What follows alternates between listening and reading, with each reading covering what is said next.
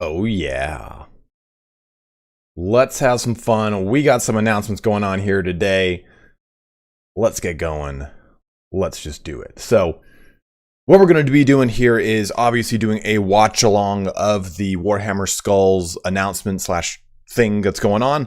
And they're going to be covering stuff like Warhammer Darktide, Warhammer Total War 2 and 3 apparently, and then some other model reveals, I'm sure, from Warhammer Skulls, a bunch with a bunch of other stuff. So if you're watching this after the fact, you're tuning in for kind of like the pre-reel, the 20-minute prelude leading up to everything. I'm going to be putting chapters in the description so you can jump ahead to any of the relevant parts if you're watching this after the fact.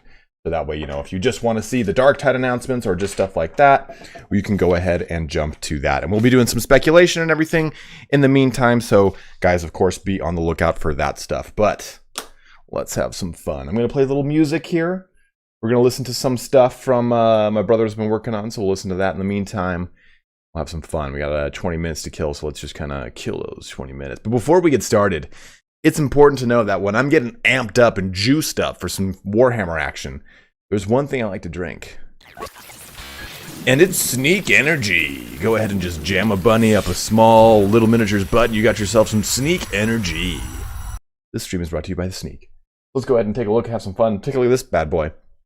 Maybe the first time I've ever done a full-size webcam. Like I usually only do the one in the corner. And we're going to jump to the one in the corner. But I got this one going on. Let's go ahead and listen to a fun little tune, a jaunty tune my brother made in the meantime in the background. That I'll just kind of be playing. You can listen to that, and let's just gonna hang out, guys. That's what we're gonna do. Pre-game waiting room. Let's go. Welcome to the dude. I've been into a lot of theater productions where the waiting room, the green room. Some fun. Jinja, what's up, man? Flessin, what's up? Lesson, I got your message, by the way, dude. Thank you. Rowinger, we got Flavius. We got Crispy Crisps. We got Ember. How are you? This beard of mine, gotta get trimmed. My brother made this. The title of this one is Lake Slasher, and it's kind of a take on like Halloween, late 1980s, early 90s. Slasher films. So that was his kind of motivation there. How you doing, Ben?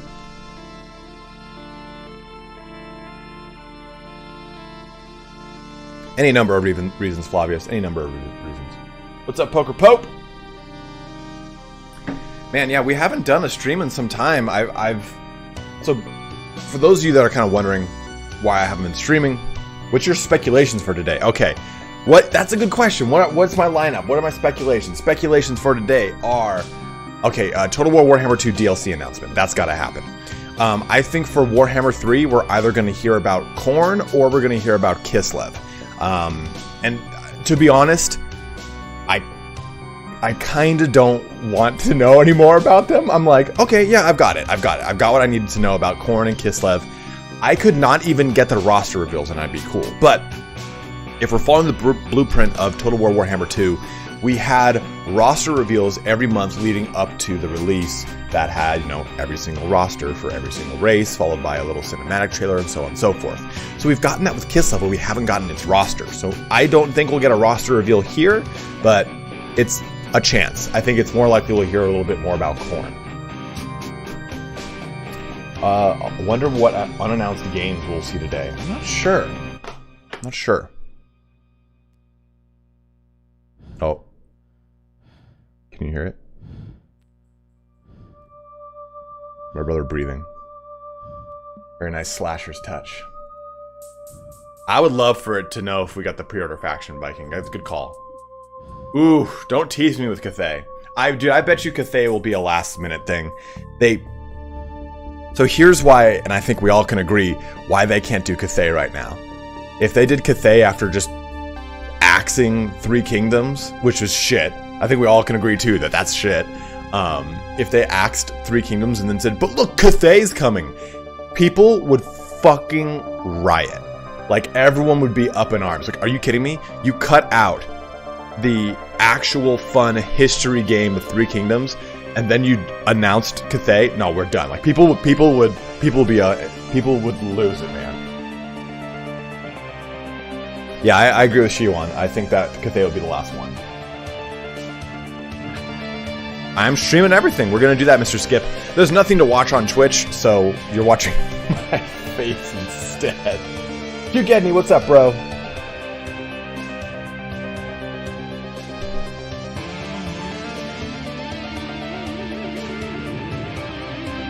Dude, listen to my brother shredding.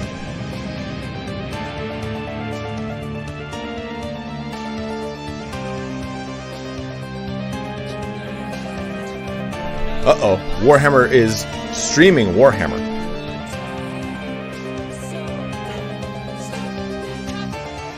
I'm definitely not gonna have that would have completely broken my stream. Screw that. That was an ad.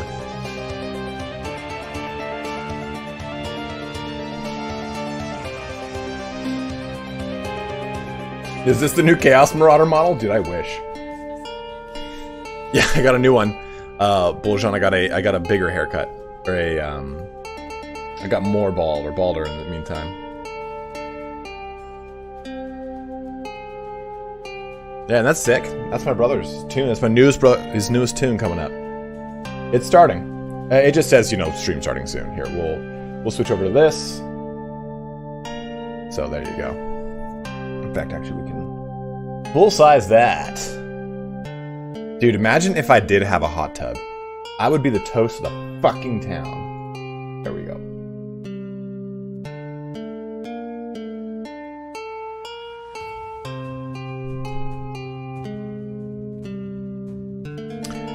Which of the 4 Chaos Gods would I like to be aligned to? Khorne or Tzeentch? Khorne being the biggest, my favorite of all of them. Music a little bit on the loud side? Okay. We're switching over to this to SoundCloud now. Let's go with Lost Sprites. I think that might be my favorite one. It's your girl, Becky G. Make Shut sure you up. tune in for this I don't care if it's my girl. YouTube You don't get to place your official ads premiere on my party and music video, damn it. drop. This Thursday at 11:45 Alright, so if you p.m. have not Eastern yet Time, watched, only on not watched, if YouTube. you have not listened to my brother's music, there it is. It's the one I play in the beginning of all of my streams.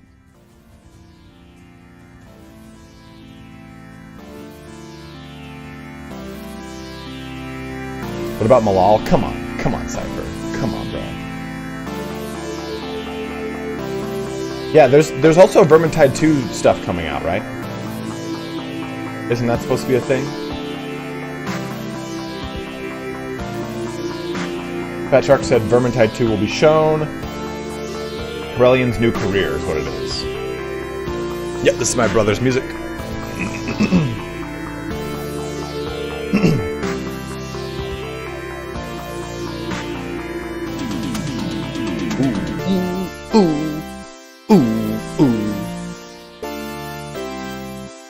So Spirit of the Fox.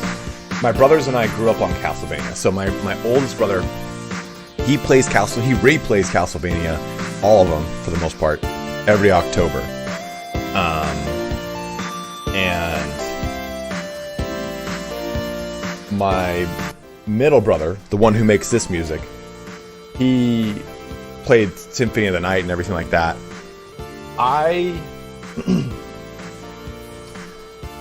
I played Super Castlevania. I didn't play Symphony of the Night. I played the one on PS or on Xbox 360, Lord of Shadows. But I watched my brothers play more than anything. Yes, Ben Thompson. I listen to lots of synthwave. In fact, this is like my go-to mix right now. I listen to this all the time.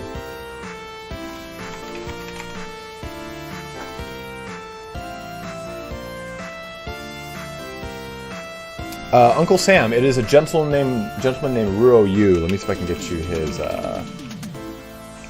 He actually is a contract artist for. Here you go. He's a contrast artist for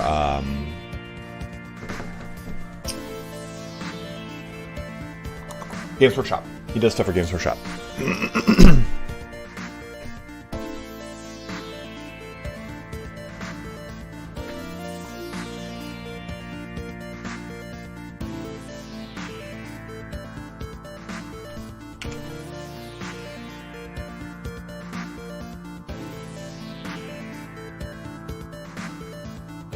Yo, dude, I love Carpenter Brute. Carpenter Brute, what song is it? Paradise Warfare. Carpenter Brute Paradise Warfare might be one of my favorite songs. Like, if I every time I listen to that song, I kind of think of like, okay, think of like a DeLorean driving on a beach, sunset, and picture this in like 16-bit with like a repeating GIF, if you want to think of it like that. DeLorean on a beach, sunset in the background, and super red. It's red and orange everywhere, and then all over the place are just like these destroyed like Gundams, essentially. Like have it be like super, like, okay, this is like it's the afternoon, the sun is setting, there's kind of like a semblance of peace, but there's also a semblance of what was a huge war behind you in the background. Like, every time I listen to that fucking song, I think of that. Some streamers are already showing the new elf class. Well, Android, I can tell you, I do not have that. I'm not one of Fat Shark's like influencers or anything like that, so I don't have any cool information on anything that they're doing. Dude, okay, so to give you guys a little background on how this works, like, Creative Assembly will send me something and say, hey, you have this, you cannot show this until this time, this is your marketing embargo, you signed an NDA, you cannot discuss that you even know that this exists. Cool, got it, great, whatever. Standard operating procedure for anyone who works in any corporate environment who deals with sensitive information. If you work in sales and you talk to a client about what they're doing with their job or in their company, you are kind of usually under an NDA with a lot of those things. That's why a lot of people's emails say, this is, anything disclosed in these emails is between me and the person I'm sending this email to, stuff like that. So again, perfectly standard operating procedure. But like, you get these streamers who get this stuff and then they're just like, yeah, well, I'm just gonna reveal it. Like, oh, okay, well, if anyone else works with Fat Shark and got that stuff, and they were told, hey, you can't show it until we reveal it or show it, or it's public knowledge, that's shit, man. That sucks. Because that's kind of like the turbulent world of YouTube, right? Is, are you first? Did you get it out before everyone else? It's really, it's kind of a pain in the ass. Is it really? Okay, I'll turn it down even more. It sounds super quiet on my end.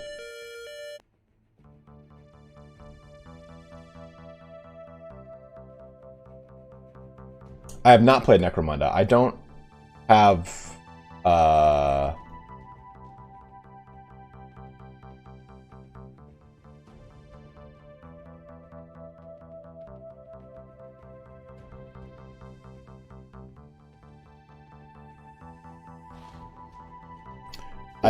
Necromunda yet. I can get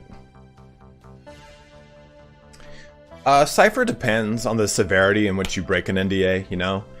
Did you break an NDA by giving it to someone that you weren't supposed to? Like, yeah, every NDA is specific, you know?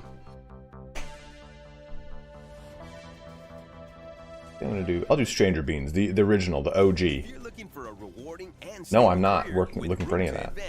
Look no further. California Closets is an industry-leading company seeking installation and production technicians at locations across the country. We offer competitive pay and generous benefits. Apprentices, journeymen, masters. Join a thriving brand with an exceptional reputation. It depends. Like, I mean, I'll be honest with you guys, I've broken NDA before. I've put a video up that I wasn't supposed to at a time I wasn't supposed to, and when it's accidental, a lot of the times they're like, okay, no big deal. Just take it down or wait until the time. But it's when it's gratuitous, right? Like, if I were to say, like, hey, you sent me the NDA and I sent it to your biggest, you sent me all this information and I sent it to your biggest competitor, and now the competitor was able to cancel out your marketing by doing something right along the same side at the same time as you, and it pulled attention, that would be an issue. Yeah, Uncle Sam, that's true. Like, once you've established a community, sure. But I mean, look at like a Great Book of Grudges. He's now 30K subs big, and he's crushing it, right? He's got like all these awesome speculation videos. He's doing the same thing I'm doing right now. But when he started out, a big thing is being first. That's what I was doing. Like, when I first started doing this, I woke up at 7 for my full-time job, and then I was able to see things, and then write out like what I was going to say in the video, and then at least make a Reddit post about it. Like, hey, I got a video coming up. I'd go home for lunch. I'd make the video and pop it out. Most people weren't doing it at that rate. So it helped really get me ahead. Hey, we got a donation here. What did it say? What did it do? We also got one from Rowinger. Thank you very much, man. Rowinger said, hype? Hype. Yes, very much hype, bro.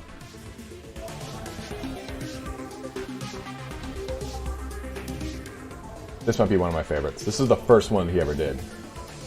Let me take a look at what you said. Ember, hold on.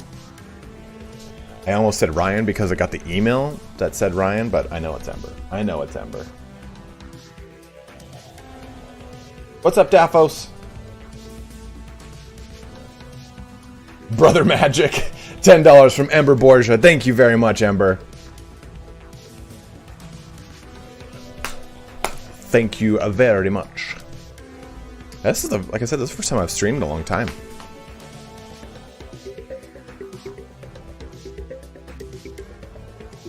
Yeah, like that's the kind of... Yeah, guys, if you do want to try Sneak, you can use the code or the link in my description, and that allows you to purchase it. I don't have a coupon code or anything like that. You just... If you use Sparty code at Sparty code. If you use creator code Sparty at checkout, it helps me out. The reason I use Sneak is because it's caffeine and BCAAs. That's it. There's no bullshit proprietary blend in there or any sort of crap like a Bang energy drink that just stays in your system for 7 years. Okay, it's maybe not 7 years, but still, my point remains. Listen to him shred.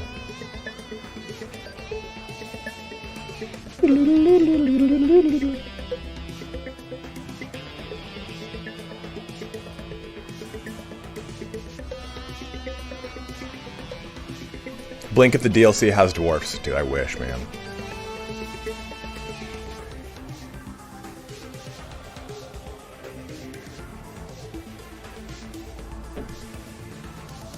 I have long said that the dwarfs need Thoric Ironbrow, and we need...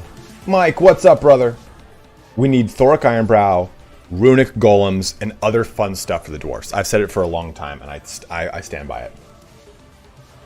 Brian, it's not that bad. Just drink a lot of water, man. How heavy do you like your metal? Night in Flames. I grew up on Pantera, Sepultura, Metallica.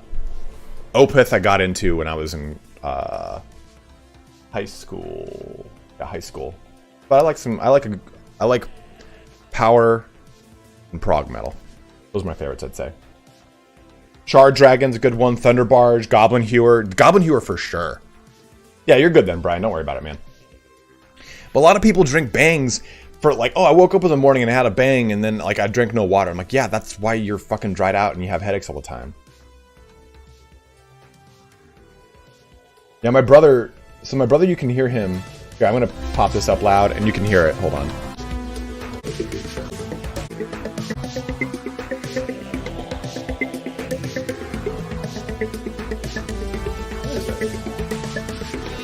There it is. Here it is.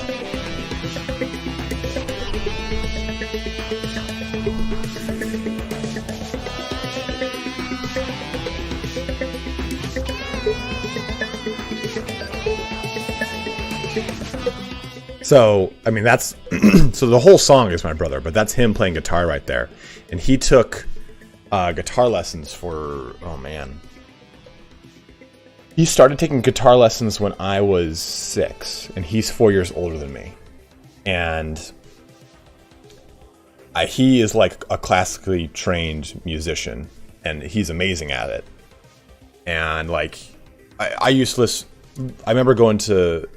Basically on Saturdays, my parents would go out to like the movies and get dinner. Like that was like their own alone time. Whereas my brothers and I, we would just get into a lot of trouble. But my middle brother, when he got a car, him and I would go and get fast food because my oldest brother did not know how to cook very well. So we would go out to like KFC, Taco Bell. Dude, that's how I got so fat. I was 300 pounds in high school. And we would listen to Joe Satriani or Opeth. Like he turned me on to Opeth. He played the Blackwater Park CD and he's like, you ever like listen to this? And I was like, shit, this is so fucking good. It sounded like Diablo. Like Blackwater, the song Blackwater Park sounds like the original Diablo soundtrack with the acoustics at certain parts. And I was like, shit, this is so good. Yeah, I listen to Aviators. Uh-oh, hold on. Oh. Okay. Oh, okay. Oh. Warhammer Skulls Showcase. Skulls is the annual celebration of Warhammer video games, and what better way to kick it off than by taking a look at some of the awesome titles and updates on their way soon, including exclusive world premieres and reveals. You want to see some cool trailers for Warhammer games? Of course you do. Let's take a look. Sit back and enjoy the showcase. Do you guys want me to turn off my webcam when stuff like this happens? Ooh.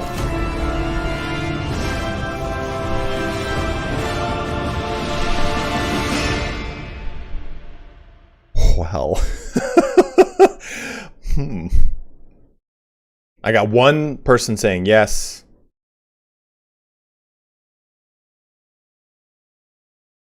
Two say yes. Three say yes. All right. Here we go. Total War.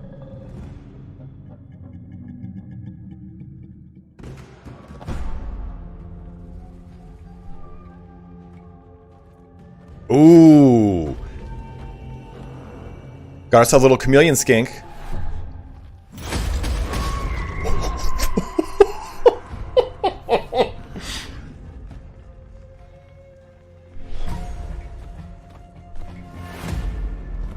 Yo. That's okay, so that's Tarox gorilla pounding someone. Or at least a Doom Bull of some sort. And we got Oxoyotl, who I'm assuming is what he is. Because there's no, like, chameleon skink. Oxoyotl's, like, unceremonious looking. Yeah. Okay, Oxoyotl and Tarox right there. Dude, look at Tarox's axes. Fuck off, Oxoyotl. Who cares about him? You look at Tarox's axes. I was like, oh, what's that? Ooh! Dude, he just gorilla pounded that poor little Saurus.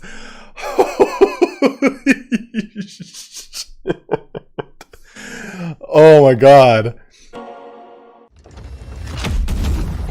Alright, Warhammer 3. Dude! Born of destruction, of insatiable bloodlust. We are his savagery incarnate. The epitome of brutality. Rewarded for our ferocity. Join our relentless. Dude, did you look? That's a spawn? I thought that was a demon. Unleash your fury. Dude. Blood for the blood god. Skull! Skull throne! Dude, look at Scarbrand. He is looking girthy.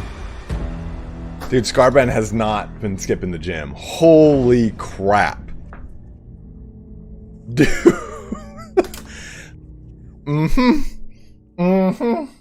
I mean, we all kind of knew that was coming, right? Like, we knew it was going to be...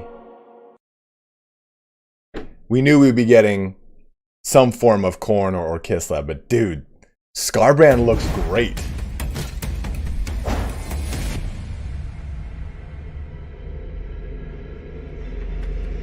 Is this like Skyrim meets Age of Sigmar?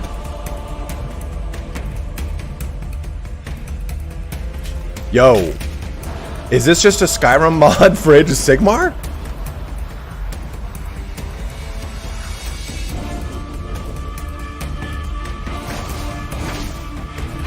Oh, it's a mobile game. This is totally a mobile game. Or a VR game. This is the Oculus Rift VR game. I mean, that's pretty sick.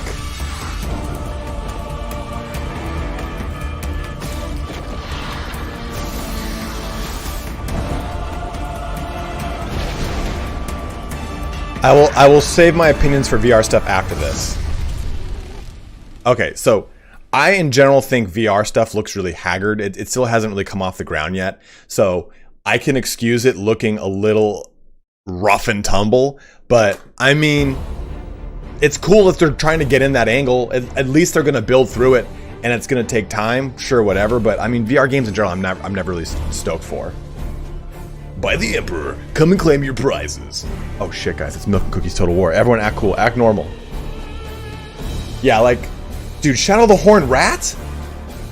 Skulls wallpapers. Digital goodies.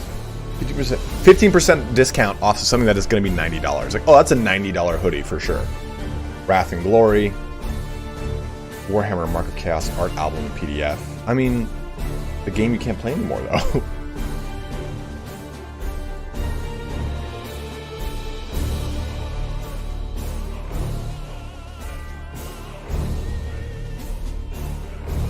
Dude, Shadow the Horned Rat was good and super hard.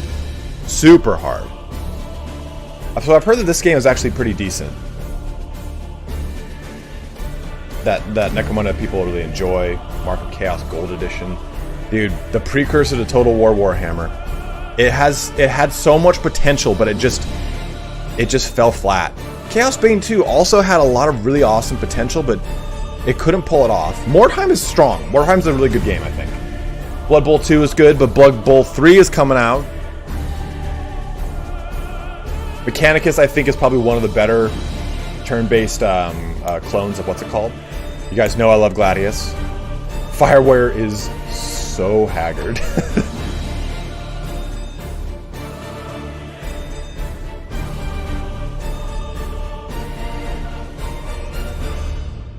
Yeah, I know. The DLC just got announced. We're all watching together, Purin. Yeah, Andrew, I have a feeling, well, there's probably more, right? Hey, I'm Christina from Fat Shark. Hi, Christina. Vermintide 2 characters are very loved, and we like to continue telling their stories and also challenge ourselves to build something new we haven't done before. That's why Carillion gonna get new magic powers this time. Go check out her trailer. Ooh.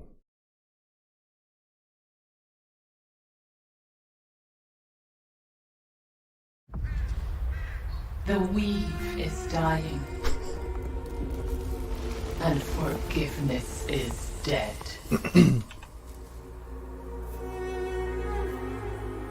I could not give her what she sought. The blessed sisters of Kadai and Kitharai seldom allow prayers to go unanswered.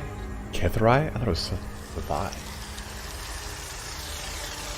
But one should always be careful seeking favors of goddesses. One never knows quite how it will end.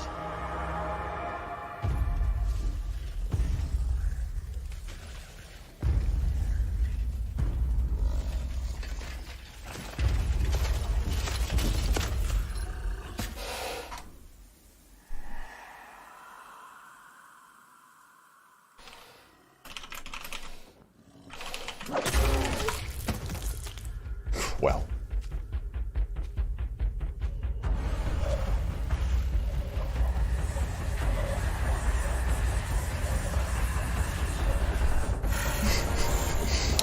Oh.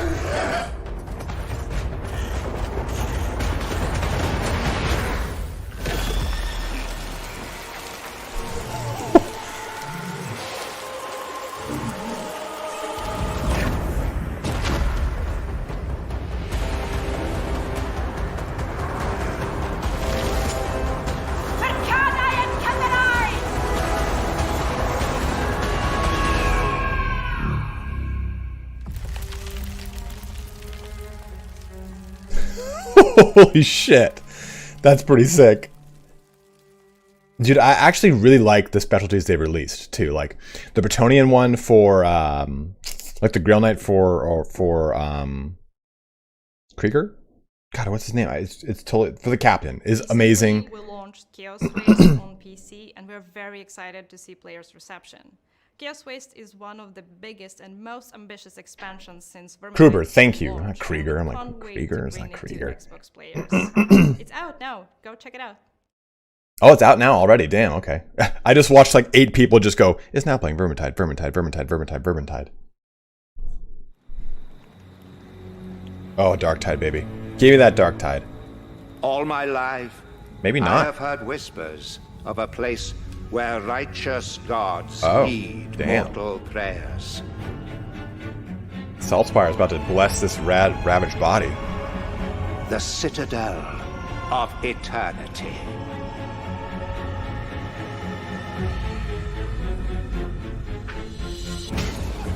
Yo!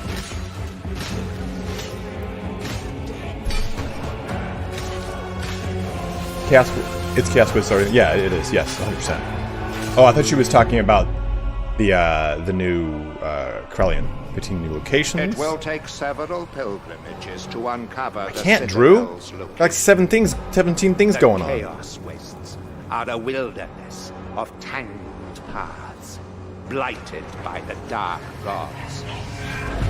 Oh, is this the Chaos Waste trailer? See, I never watched it.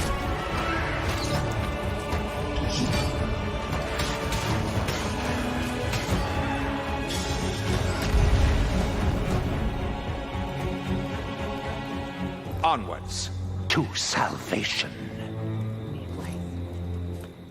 Sounds good to me. This time. Well, I guess they're just trying to bookend it by saying like, hey, we just talked about Chaos Waste, here's this trailer for it. For, again, people like me who have not seen the trailer, or, like, I knew it came out, but... What could possibly go wrong? As soon as I heard it was no, like, there were no Chaos Demons or anything, I was like, nah, I don't want to watch that.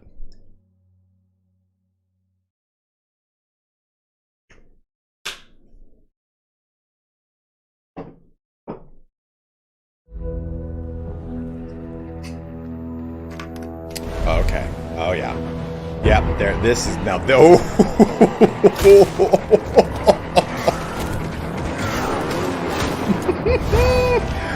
Dude, look at that Ogryn just slapping things with a weapon. Yeah, yeah.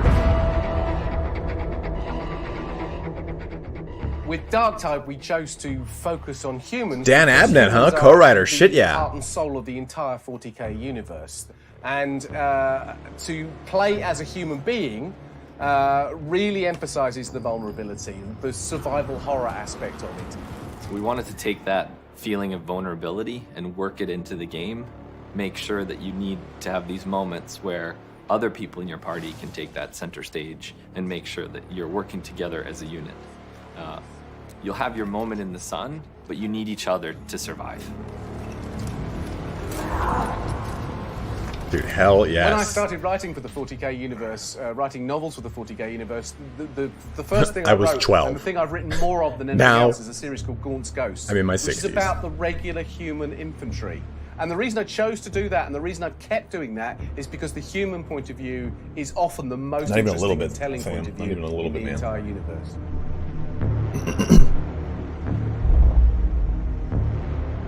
The setting is a planet called Atoma Prime, in particular a city called Tertium. But Tertium isn't just a city, it's a hive city, so it's the size of a continent. Shit, yeah. The hive city is important to the Inquisition because it's a vital imperial holding. It's essentially the capital of an enormous area of space, and of course it's home to billions of loyal imperial citizens. So it's not the sort of thing you want to lose, but it's also a way for chaos to get in to the Imperium, which they can't. Michael allow to Jackson's happen. looking great.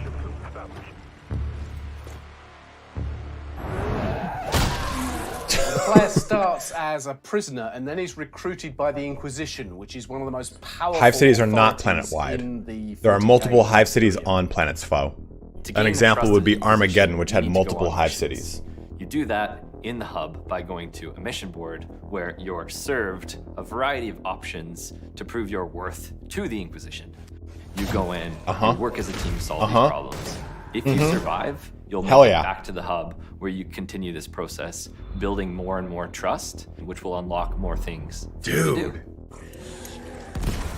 The experience Grenade of action. Darktide has been very different for me. Dude, but look how this is a smooth it universe looks. that I've I been love that. exploring for the best part of 2 decades. I mean, obviously it looks smooth But for to do it this. in the form of a game where we're creating a deeply realized environment that can Dude, actually this be concept art explored is by great. the players, That's a very, very different thing to writing a book or a comic. I can't wait for you to experience our game and to hear your reactions as you get to explore this part of the 40k universe for the first time. Don't I hope fuck with my heart, man. survive it long enough to learn all of its secrets. Oh, I want to play it so bad. Just picture the amount that I'm going to be playing this with Indie Pride, and the entire time he's going to be like, "You need to stop sucking." He's like, "I've stopped recording because you're sucking so bad today." I'm going to be like, "But I just want to play with my friends." By the way, oh. The shadow of damnation spreads across Hold on. To repel this darkness, a mighty crusade is launched. The threat of chaos must be driven back.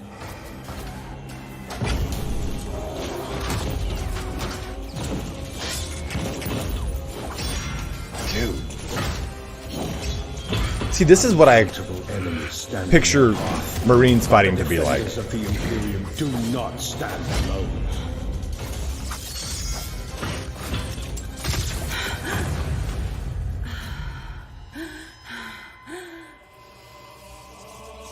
Guided by their unshakable faith in the Emperor, they will vanquish the storm. They will be the light that breaches the darkness.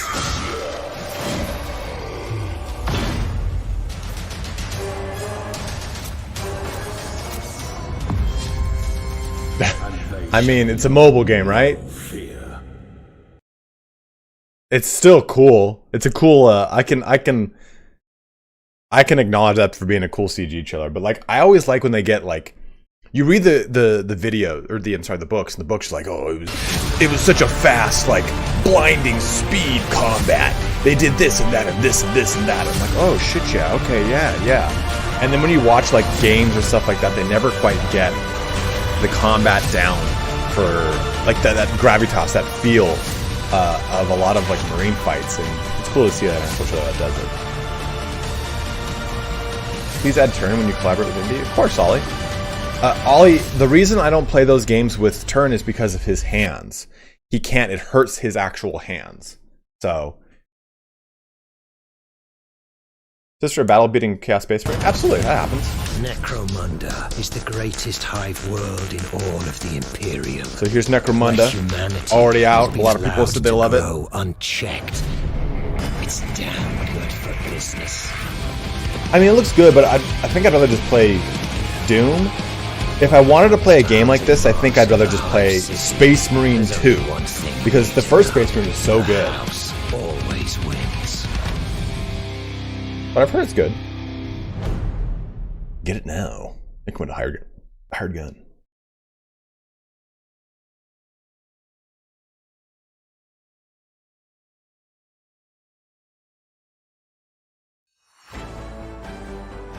Oh, little Blood Bowl 3 coming out. By Nuffle, I'm so bored.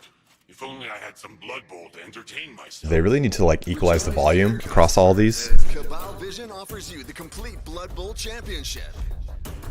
It's Griff Overwall himself. You read all my books, saw all my Depends, Mark. listened to all my hits. Then you'll also love to see me win as the best coach in all of Blood Bowl. Where can I watch it, Griff?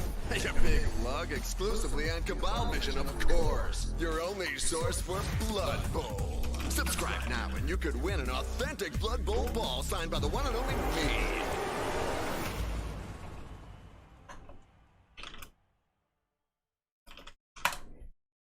I have a key for Blood Bowl. And I'm going to play with Turn. And we'll put a video up. Hi everyone, we at Nacon and Cyanide Studio announced Blood Bowl 3 last year, and it is now time to give you a chance to get your hands on the game for the very first time, including a first look and reveal of the Elven Union team and gameplay. To praise Damn, the Chaos God, looks way better than 2. An opportunity to try a beta version of the game on Steam. To access it, you just need to register on the official website. Once it's your turn to enter the pitch, you'll get an email. I wish, Travers. The private beta version is of course still a development version of the game, meaning not everything is final and not all content will be available. But for the occasion of Warhammer Skulls, we want to give you a chance to try the 2 brand new teams from the latest edition of the board game, the Black Orcs and the Imperial Nobility. Passing is also a viable playstyle. The Union is also featured for the first time. In the beta, you will be So, thoughts on the Silence and the Fury, the new Beastmen and Lizardmen DLC? I mean, I'm stoked for the Beastmen. I don't really care about any new Lizardmen stuff. We definitely saw some Codal feathers on the actual logo itself. So I'm expecting a Codal. We're definitely going to get Oxyodal, it looks like. And the only other thing I can think of is a Troglodon. There's some other little things that I can think of, but they're like kind of long shots. So I guess we'll have to wait until we get a FAQ page or a Steam page to find out more of what's coming. A more streamlined way to declare critical action. Yeah, we barely saw anything. We got a release date, July 14th, right? 15th or something? Is that what it said? Added in so much more than we have time to add, so you'll have to see it for yourself. When does the beta start? It starts now. Two picks up on Steam. Festival. Brace yourself and prepare your offerings to Nuffle. Now is the time. See you on the field, Coach.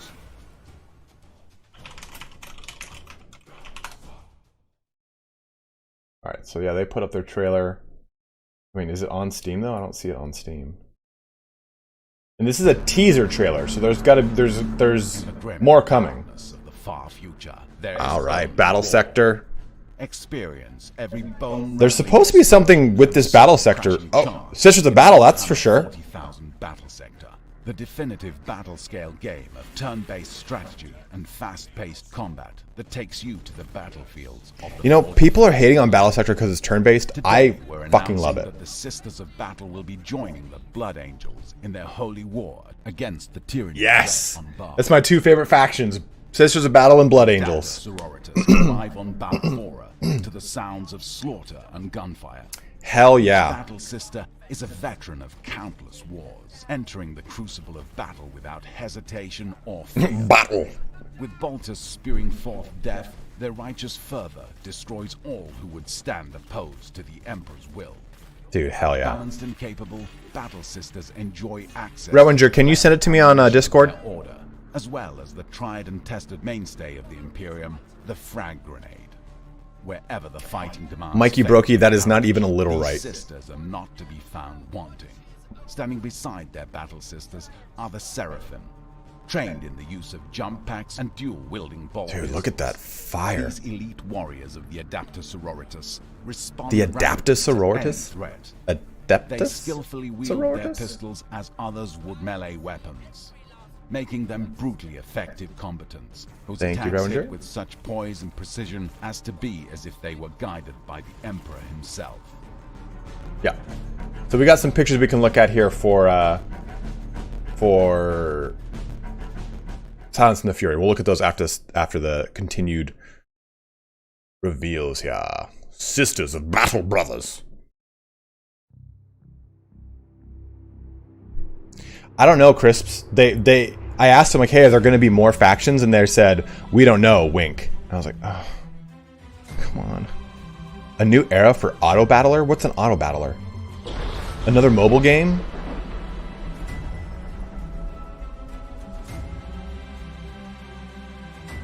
Space Sisters. Yeah, reveals. I mean, these things we already kind of know about.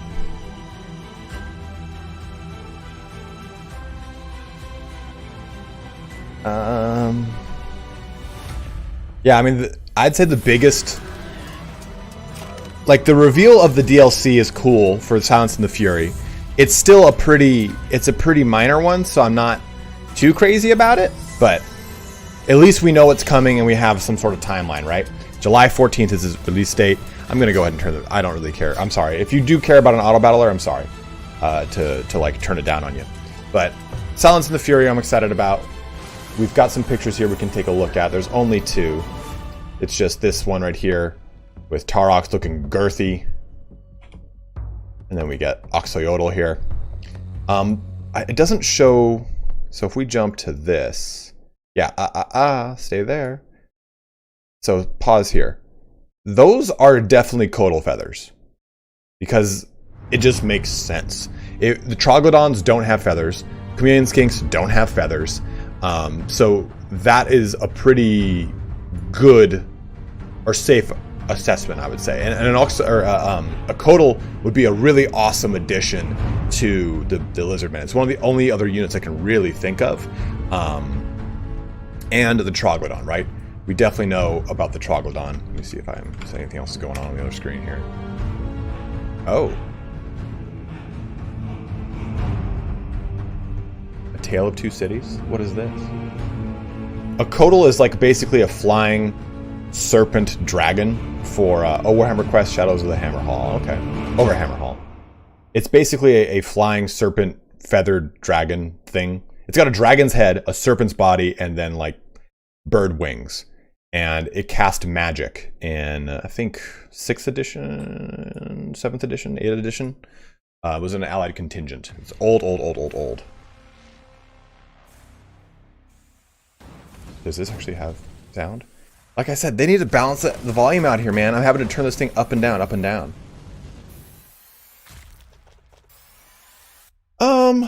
Here's a picture of the Codal. Chronicle.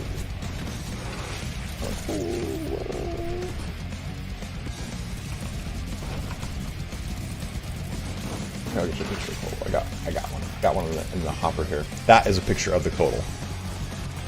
So big serpent body, wings, and then a dragon head.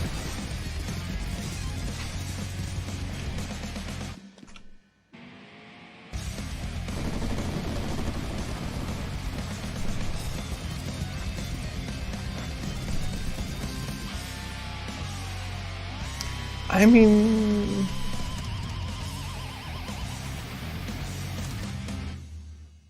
oh, okay.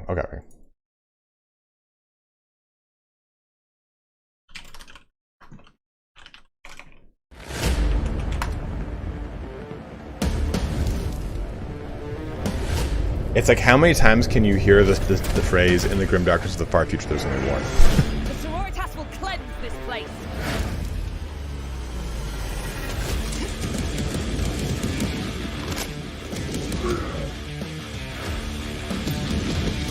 Is this a mobile game, or is this a VR game?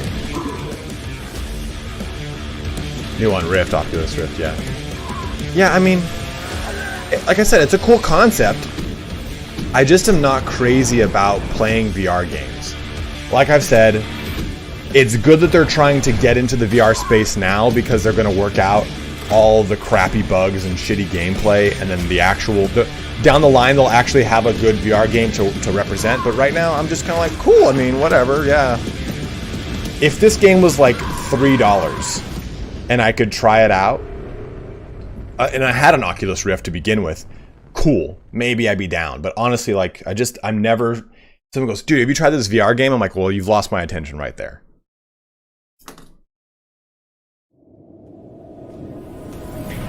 I actually dig Warhammer Underworlds. Sotek and I both really like this game because it plays just exactly how the tabletop does. It's turn-based.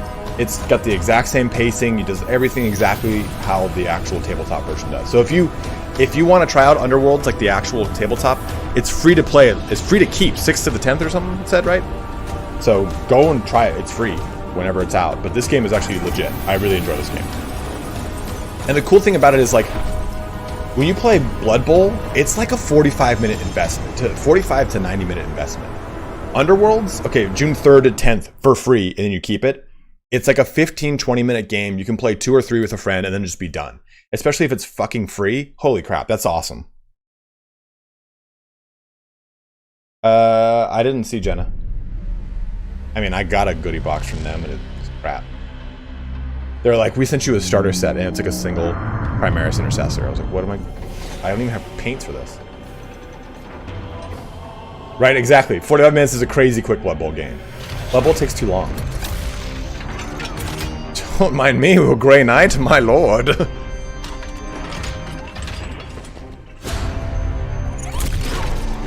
Yo!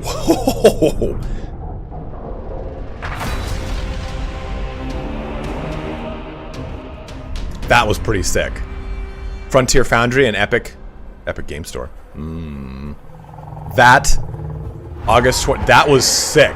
That was okay. That's something I've always wanted. Is like that Castlevania-esque organs, like big organ style music, because that's what I always pictured when I heard like Space Marines at prayer. Like that was cool. Loads of great games there to look forward to. Thanks, Nick. A lot of the games revealed or showcased here are available to play or pre-order right now. You can learn more about all the games featured in this showcase by visiting warhammercommunity.com/skulls. Thin your paints. Thin your fucking paints, Nicholas. As they do every year to celebrate the Skulls season, many Warhammer video and mobile games are running promotions for the next week. If you've been looking for an opportunity to digitally dive into the grim darkness of the far future or the savage frontiers of the mortal realms, then now is the time. Thanks for watching. The audio is kind of a pain in the ass. Good evening. Oh my god. Everybody. I'm going to go ahead and not listen to them. Chaos Gate was the old turn-based one, so it looks like they were kind of remaking it, but with Grey Knights, it looks like. So there we go, guys. There are all of our reveals for today. Do you really want to hear Nick right now, Rico Giant? Do you want to hear this? It's just going to be them talking about the same stuff that we're going to just talk about right now. And it's going to be like fake. So let's take a look at some stuff. We can go over this bad boy. So I don't think we got much of anything on here, right? Okay, about this content. Yeah, this is it. So this Lord pack for Total War Warhammer 2 introduces the two new legendary lords for the Lizardmen and the Beastmen. Each leads their own factions and features new characters, units, unique gameplay mechanics, and narrative objectives. Formed of living bronze, the rage-filled Doom Bull Taurox is nigh on invincible, save for one area of his gargantuan neck. Okay, you know what? That's just a little too on the nose for me. Oh, he's a big Italian guy with a big thick neck. I get it. The Chaos Gods whisper to him of a ritual that can eliminate this weakness, but the promises of the ruinous powers are seldom what they seem. Meanwhile, Oxyotl, the revered chameleon skink and master of stealth, sense the machinations of chaos and rallies his cohorts. Taurox must be stopped at all costs, lest a new tide of chaos sweeps the world. When the silence meets the fury in a final confrontation, who will prevail? So for the Beastmen, of course, we get Taurox. After embarking on a bloody rampage through Telebeckland, Taurox was rewarded by the Dark Gods with a body of brass. And still, he thirsts for slaughter. As he wins battles, Taurox gains momentum and his army can replenish action points to fight and fight again. Ho, okay. The longer his kill streak continues, the greater the gifts bestowed upon him by the ruinous powers. He and his Beastmen hordes will ultimately need to locate the Heart of Darkness, where he will face Oxyotl in a final decisive battle. Well, that's kind of juicy right there. Then for Lizardman Oxyotl, a chameleon skink of high renown, Oxyotl has a long history of fighting and succeeding against the otherworldly forces of chaos. His prescience enables him to detect where these forces of chaos will strike next, and utilizing the network of lost secret sanctums across the world only he can capture and develop. Oxyotl can choose which threats to tackle and reap the rewards of victory. Oxyotl can instantly travel between his capital, his unique mission areas, and any secret sanctums he has rediscovered. Ultimately, he must travel to the Heart of Darkness and face the hordes of Taurox in a final, desperate battle. Ooh, okay. Keep your eyes peeled for more information on the rest of the roster in July. Fuck, man, I'm gonna wait a long time for that. Okay, so we gotta wait until July to hear about more, but it comes out July 14th. We've done a video on this, so let me see if I actually have the one-pagers here. Taurox is Lubu. That's actually not a bad claim right there. So let me get calculation. Okay, so we've got this little vid. And I've got my one-pager on. We can just kind of look at, we're not going to obviously look at the whole video. I'm going to link you guys the video in chat right here so you can watch it if you so wish. But this has been my speculation stuff for some time on this. So here we go. We have got this bad boy. And I had called it the War Herd of the Brazen One. We'll see if that's going to be different. The symbol doesn't look too far off. Like if we take a look at, where did I put that? this, if we look at this symbol, it's not too far off. I mean, it's kind of a generic Beastman symbol, to be totally honest with you, but he does actually have a symbol, and I'm trying to, how about him and Sotek jockeying for head skink. Guys,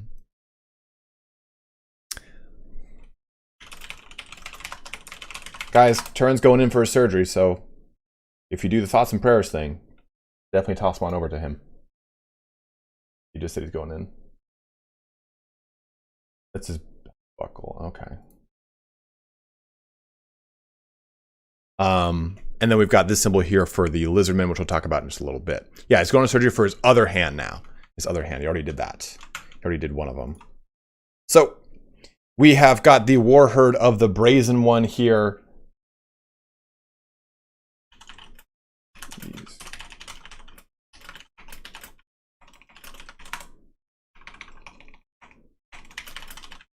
Sorry, I'm just checking in on Turin here.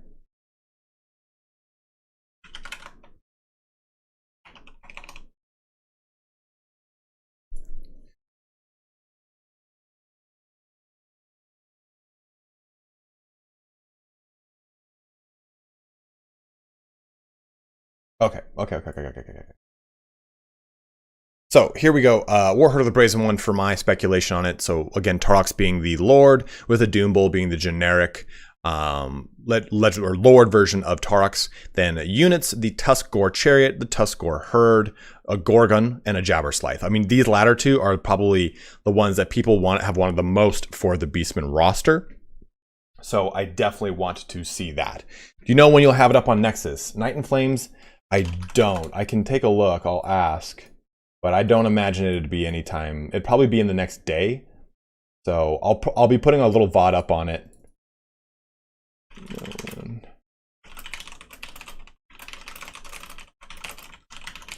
I just asked them, but I don't think it's actually on Nexus now. Yeah, when it does come out, you'll be able to use my Nexus store to pre-order it if you so wish. And it does help out the channel as always. So yeah, we'll jump to that speculation here too. So Tuskgore Chariots, Herd, Gorgon, Jabberslythe, those two latter ones, like I said, are really big units. Gorgon would share a unit model with the Cygor, and Jabberslythe would be a disgusting creation in and of itself. Now, as far as, and I think for the mechanics, what did I say here? Brayherd, similar to the Waaagh, has chance of spawning Minotaurs. Oh, that's right. I was saying Brayherd would actually kind of be like a secondary portion of your army. We don't know how that's going to rework itself, right? Beastmen do have to get their rework, and that would definitely be included in this. What the fuck is a Jabberslythe? I'll show you. This is a Jabberslythe. It's disgusting. It's huge. It's big. It's cumbersome. It has wings. It flaps and flips around. It's not anything you want to come across, but they're huge in the actual tabletop. Do you think the Horde mechanic will be fixed? I hope, Virtuian one. I hope. Yeah, the Gorgon would be even easier because it's basically a Cygor with even bigger arms and bladed arms. Like, it's huge. And as far as its starting positions, for the Vortex map, I believe I put it here, north in the Aghol Wastelands, far, far, far into the north. And for the, yeah, and then for Mortal Empires, I put it here in the Aghol Wastelands above Norska. So it gives Beastmen a chance to start in locations that they would not otherwise start, and they're all over the Dark Elves.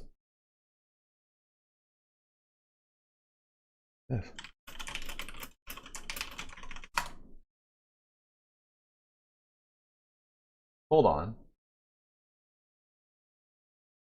Where did that come from?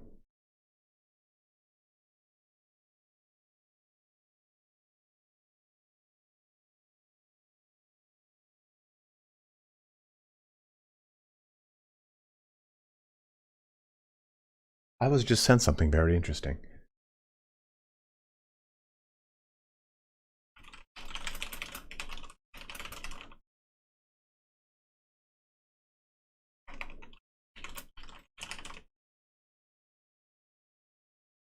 Well, I'm not even sure if I can show this picture because it looks like it was leaked, but I guess like good. What the hell is this? It's got Scarbrand.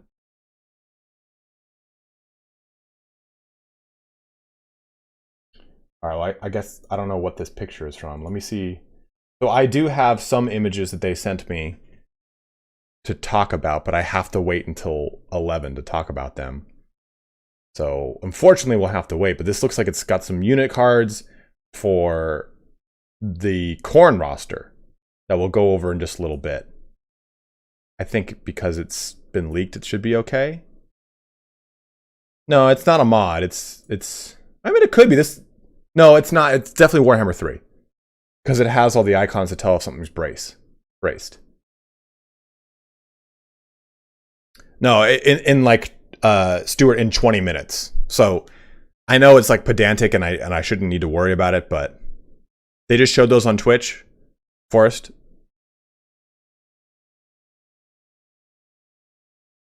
On the official stream? Okay, then we can take a look at it. I just don't want to get in trouble. I don't even know if I don't think I got anything like that. So here are unit cards from Khorne. Like, take a look at this. Like, Scarbrand right there. Those are really bad horns, man. You got to work on those horns, buddy. Like, that is pretty sweet. We get the Chaos Hounds, right? Or not the Chaos Hounds. Oh man, the Bloodhounds of Khorne. That's what it is. When is Warhammer 3 coming out? We don't know yet. But we get some polearm variants too from Khorne units. Scarbrand was confirmed in the trailer. We saw that.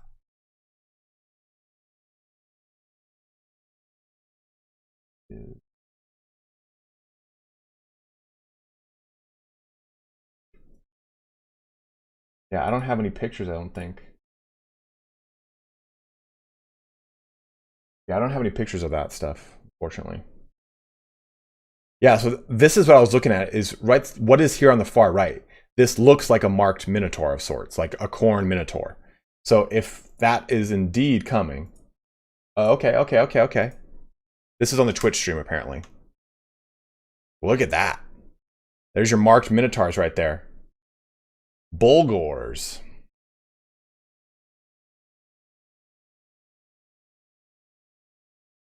I'm unfortunately not watching the stream.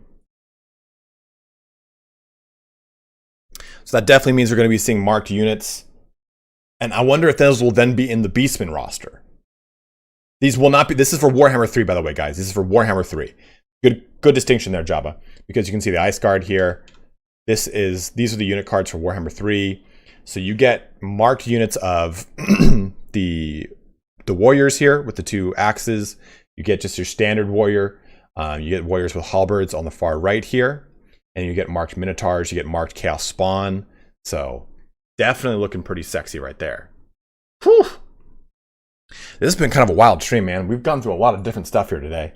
By the way, Soldier, I did not see your donation until just now, but Soldier did a donation for $10 saying, Ham Gang, look, long time no see. What games are they making reveals for? Vermintide 2, Warhammer 3, what else? As you saw, a ton of mobile games too.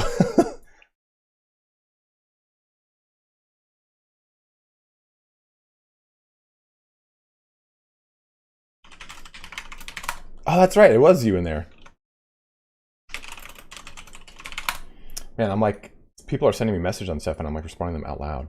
My brain is all over the place. This. I didn't even know this was still going on.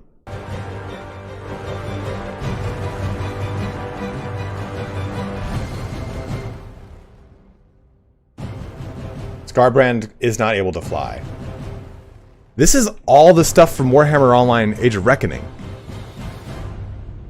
Well, that's Warhammer Odyssey. Okay, so they just repurposed it and made it into a mobile game. So there we go. He's not. Okay, so Scarbrand cannot fly. That tracks, I suppose.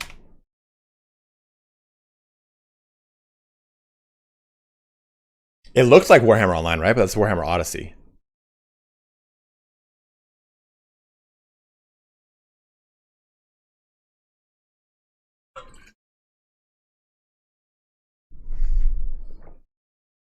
Let's go back though to that video we were taking a look at.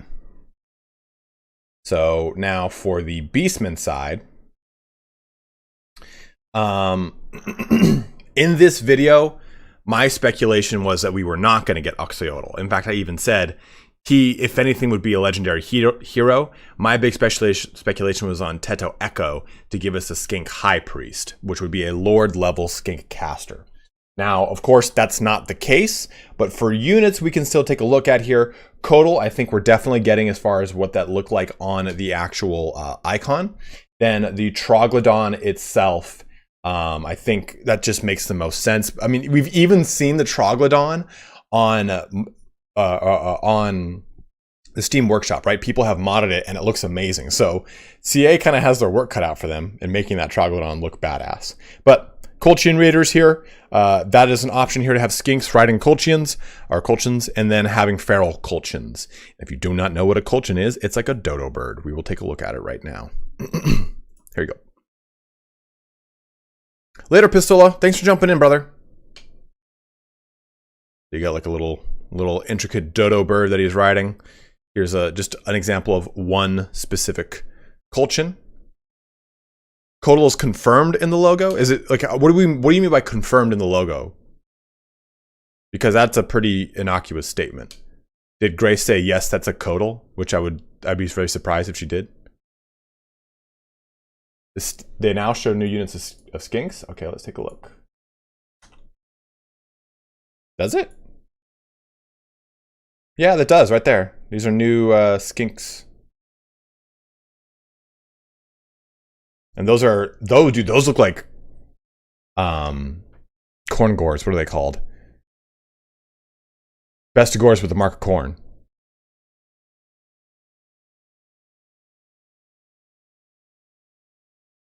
Yeah, they could be called Skinks, where Skinks got the feathers from. Colchians are where the Skinks got. That could be interesting.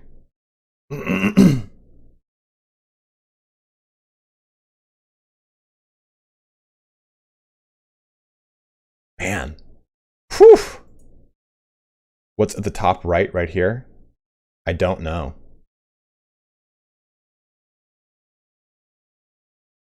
Oh yeah, there's a close-up of the Skinks. It looks like a close combat variant of Skink or Chameleon Skinks, right? Because they have their mace.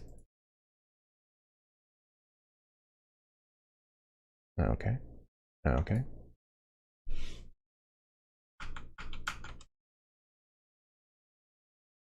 Yeah, I don't know what that. It looks like a gore. Looks like a gore.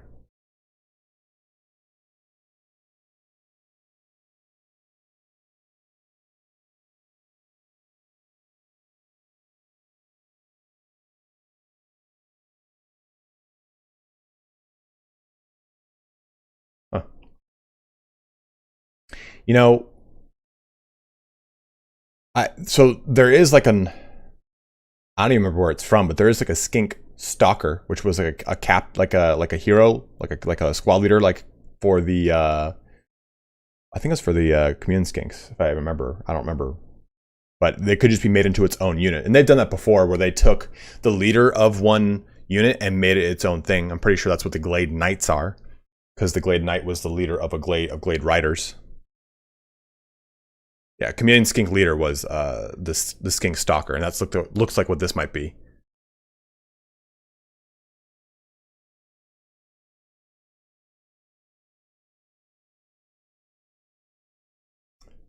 What do you say here, Giotto? I'm a little let down with how they have done this blowpipe of Patui. The old Games Workshop art made it look like organic, like it was made out of some weird war creature he killed. Well, let's take a look at it. I've got so many tabs open right now.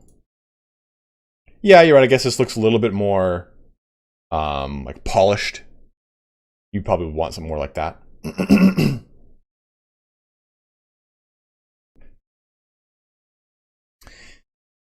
Bray Shaman Lords, that's a good call. Bray Shaman Lord, Fraser.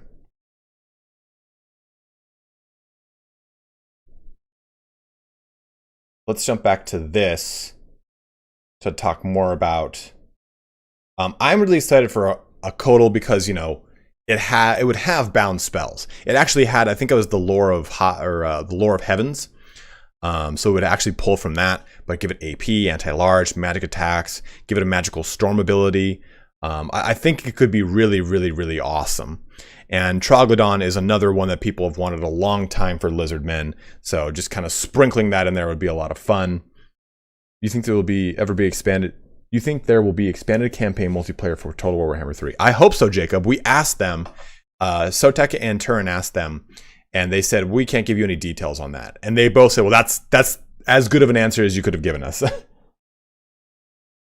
The Kotal's not supposed to be huge, Mikey, but it's supposed to be a big serpent dragon, right? Like, kind of think of like Eastern Chinese dragons, like that serpentine dragon.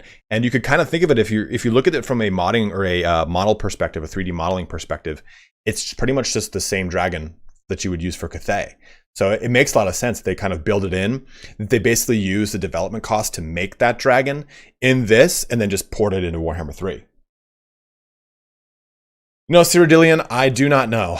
I can tell you guys that my overall feeling when it comes to, and my speculation for the FLC was Karen Carr. So this already came true. And we kind of have stuff similar to this, but my overall feeling towards this DLC, and I'm just going to be totally honest with you guys, is let's just get it out of the way. Let's just move on. Let's do it. Let's get it done with. Get it out. Let's go. I just want to get to Warhammer 3 at this point. I've been covering and playing Warhammer 2 almost every day since it came out, except the last year. The last year is when it really kind of, I stepped into Bannerlord and Crusader Kings 3 because I was so exhausted playing Warhammer 2. And yeah, dude, Max, it might be harsh, but it's my opinion, man. I can have it just as well as anyone else. And I'm stoked that we're getting Troglodons and we're getting, hopefully, Kotals, right? I'm stoked those two things might be an option. I'm more stoked for what's coming with the Beastmen. The Beastmen are finally getting their rework. But at this point, I just want to play Warhammer 3 stuff. I think like the Warhammer 2 DLC is going to be great, but I just want to jump into 3. And I think that's a sentiment that a lot of people can share. I have so many hundreds of hours plugged into this game that Warhammer 2 is great and it's awesome. And I really can't think of it outside of a monetary perspective anymore because it's my job. So for those of you that get to kind of come back and forth, you can really kind of play like, hey, you know, it's great to play this game when it comes out, because, or the DLCs when they come out, because that's when you kind of, that's your life cycle of playing the game. For me, I'm just like, oh, please, let's jump into 3. Like I've talked to Andy Pride about it too, and he was like, man, I just really want 3. Like it's so hard to cover 2, knowing so much cool shit is coming for 3. The event is over that I know of. Like it's pretty much them just kind of shooting the shit. There's more stuff. Okay, more screenshots. Someone says something more. There are new screenshots on the Warhammer 3 store page. Okay, so these are the screenshots that I couldn't talk about that I wanted to talk about. I had to wait 7 more minutes, so I'm glad that these popped up. So boom, this is the one I want to talk about because this one, in my opinion, is the most important. And Turin's going to have a video coming out in 10 minutes on this, so please check his video out on it. But look right here. These are slaughter brutes that are not bound to a chariot. So I think we're going to be getting feral slaughter brutes, quote unquote feral slaughter brutes. I just mean slaughter brutes as their own unit, not as a unit that is chariots. Yeah, we also get the Khorne Furies up here looking sexual. Then take a look at dude. Look at Scarbrand. Look at Scarbrand. That glorious pose on him, right?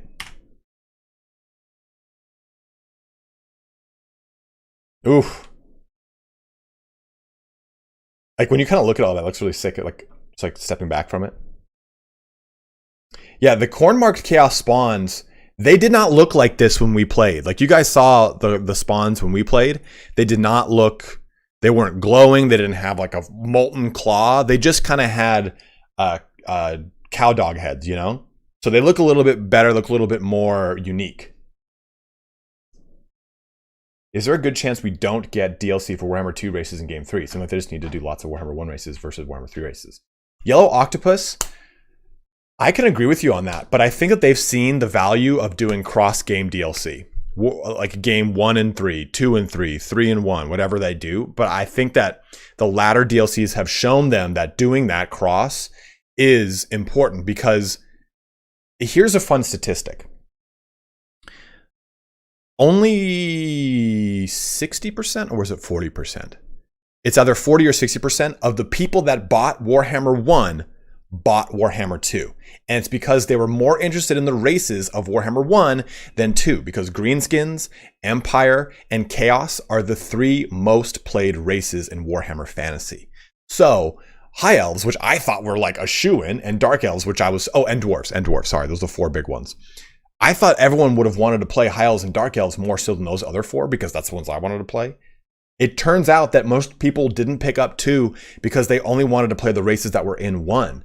And they didn't pick up 2 until those games were represented in 1.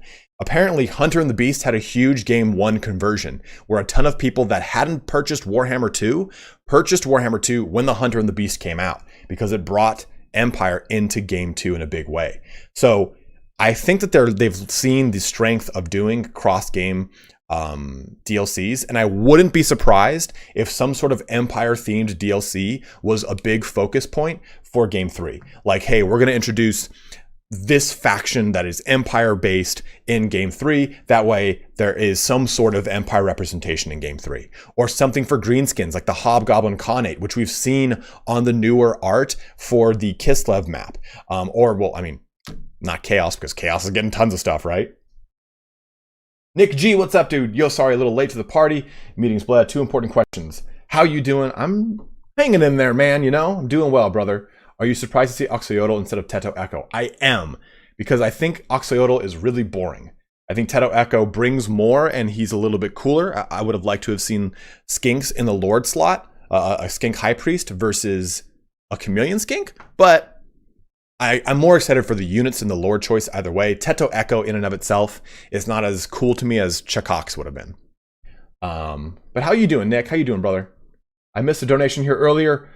That guy, you know, $5 donation. Thank you, dude. It would be great if Scarbrand had a randomized starting position in Mortal Empires, or just chucks him around, right?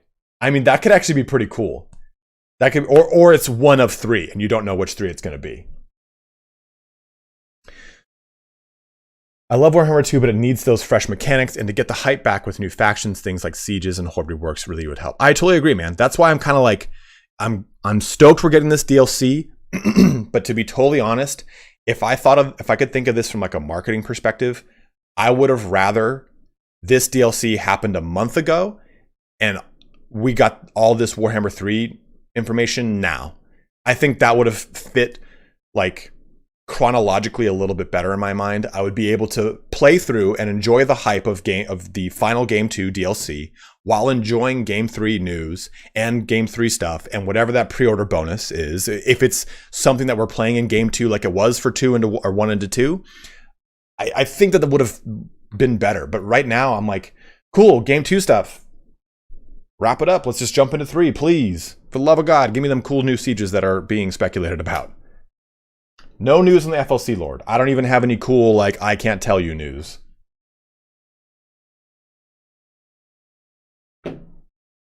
What up, Booyaka? Yeah, I just kind of wish that this was reversed. Give me the reveal that Warhammer 3 is coming. Ooh, okay, cool. Now I'm a little bit hard. Give me the Warhammer 2 DLC. I'm getting pretty piped. Then sprinkle in that Warhammer 3 news and speculation and all that stuff. Because now there's going to be a weird overlap, where like Great Book and I and Sotek and I, we're all going to make like Warhammer 2 DLC speculation for the next like month. And we're going to have to interspice it with Warhammer 3 speculation. So it's going to be kind of weird. Yeah, guys, do make sure you're hitting that like button.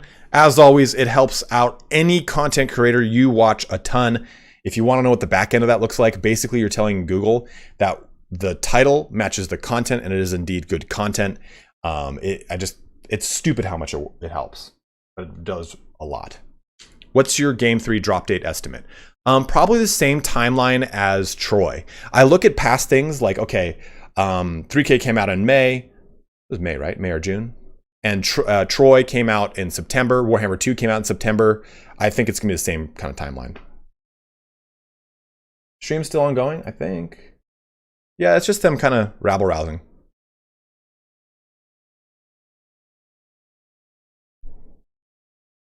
The whispers at the end of the corn trailer. Want to take a look at them? Let's do it.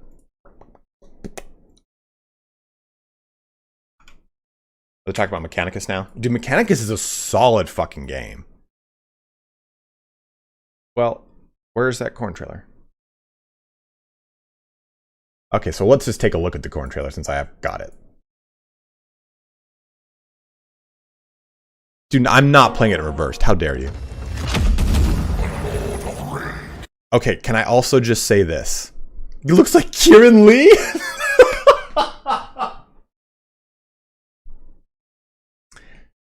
I actually like, so I like this trailer, but there's one thing I kind of like, I'm kind of a little like sick of.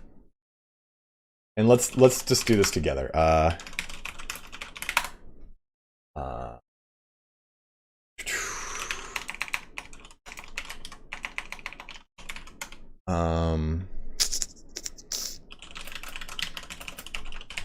What's the other trailer I'm thinking of?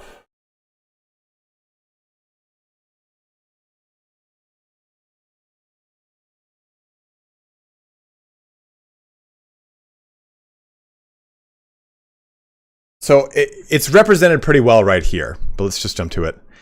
And it's kind of like, okay, I like it, but I don't like it because it just keeps happening. And here, I'll show you right here. And then, okay, we've seen that there. Wait for it. And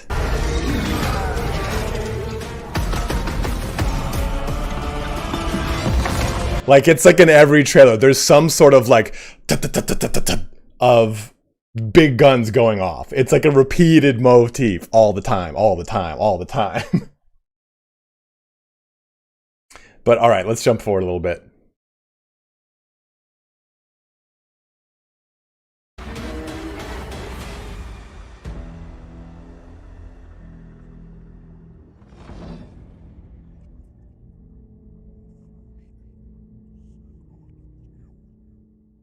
So it's that part that's being reversed and says,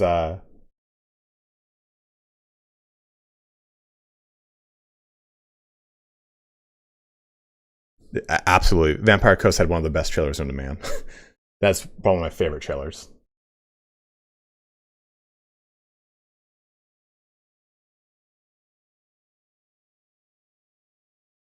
Man. He waits in the darkness, something like that. That's kind of cool though. I mean, I'm sticking by that the he waits in the darkness thing being Bellacore. Which movie was Sounds and the Fury spoofing this time? I don't know. Jurassic Park. The Tomb Kings one? Dude, it's been so long since the Tomb Kings trailer. Oh yeah, the Tomb Kings trailer is really good. Does it have? But does it also have like a dud dud dud dud dud?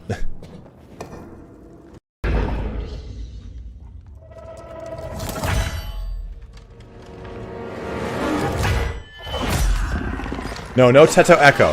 Oh, the FLC? I don't know.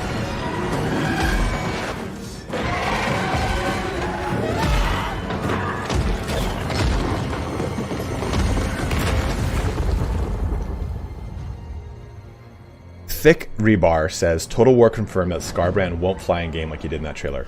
Is that kind of annoying? Is that just me?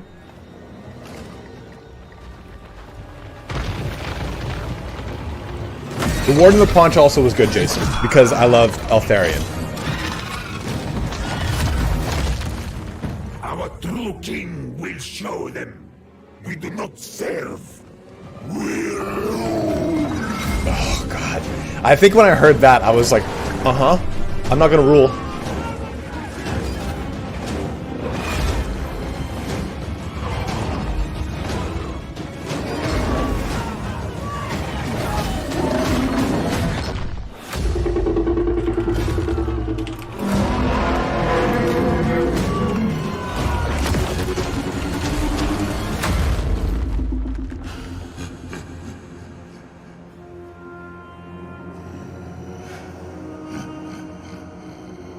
This is what it's like to be a YouTuber, guys. You get video analytics on everything. You're right. The dun dun dun was right there. It was with the catapults. Where's the catapults?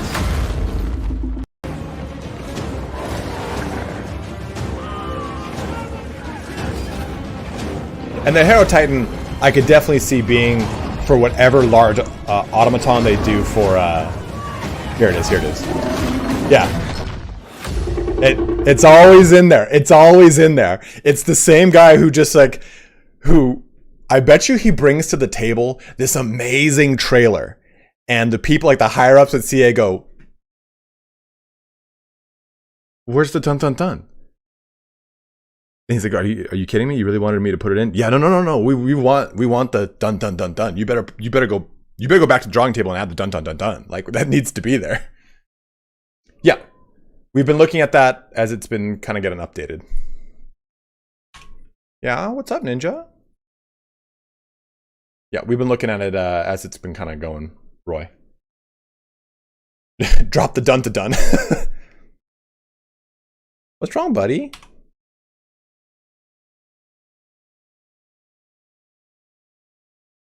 What's wrong?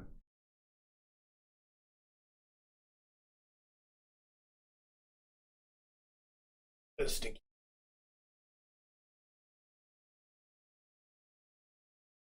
You want me to feed you? I'll feed you in a bit. Oh. No, you smell so bad.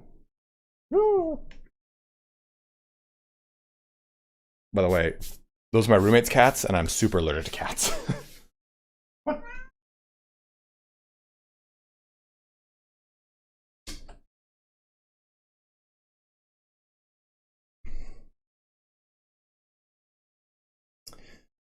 Whew.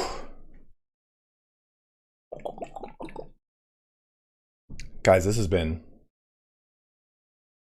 Jabba, I feed them every day around this time, and then he wants to go out in the sun. He just sits there and stares at the sun. He just looks at the sun. He's like, take me. We did get some other donations here I could not see. Let me go through these. Alex says, why do you think we did not see new units in the lore trailer? There are no new units mentioned on the Steam page pre-order page. I don't know. But also, to be totally honest, Alex, this is the first time we've gotten this much of a lead in with the DLC. So that could really be it. Get it next to the mic, get some ASR going. Dude, him and Turbo, the other cat, just...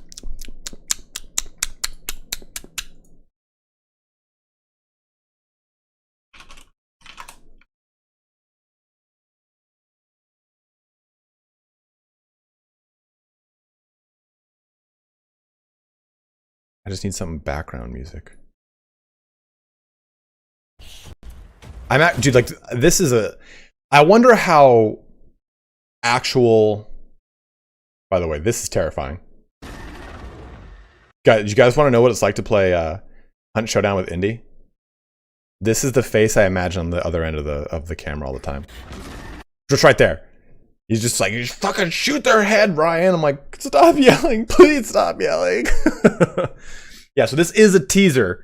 The DLC trailer was a teaser, not a full-on trailer. And we've never gotten a 5-week lead-in like that. I don't know, Dork Knight Dad. I do not know, dude. Yes, Mad Hatter. I think that any kind of Beastwind-related rework will be with that DLC. It makes sense, right? It makes sense. What's up, Vitse? But I wonder if, when the game actually comes out, will demons actually have this level of glow, or has this been turned up for these trailers, right? Like, I do wonder that, like, because that's actually going to be hell on a lot of machines. Look at how he glows more when he vomits fire. I don't also, I gotta be honest with you guys, I don't remember ever reading a single bit of lore where it says, and then Scarbrand vomited fire on everyone because he had too many shots of fireball when he hit the clubs with his bloodthirsters, with his bro-thirsters. RTX on, good call, Fallen. Oh wait, no, I wanted to look at that. Dude, look at that. Look at that guy. Look at this dude. Look at that spawn. I don't think I've seen a spawn from that grotesque of an angle.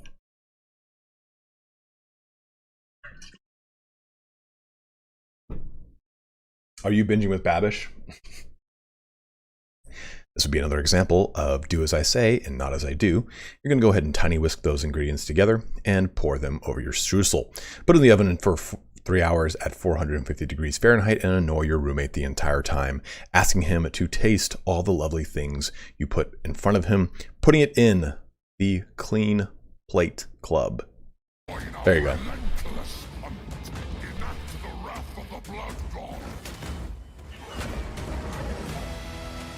There, oh, there it is. Dun, dun, dun, dun.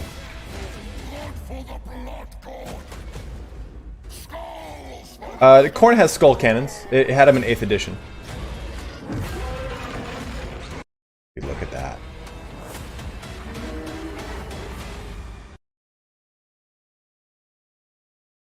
Ah, that's so sick.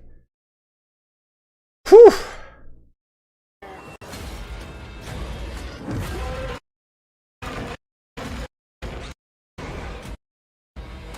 I'm just trying to look at any other units we can see because we get the guys with the halberds back there.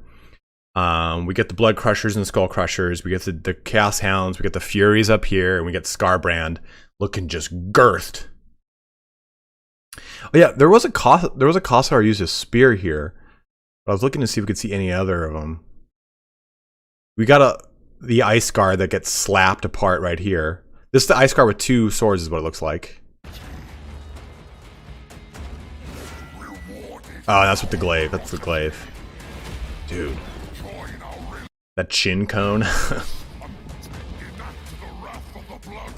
What Warhammer food should Babish make? I don't know, but that'd be pretty cool.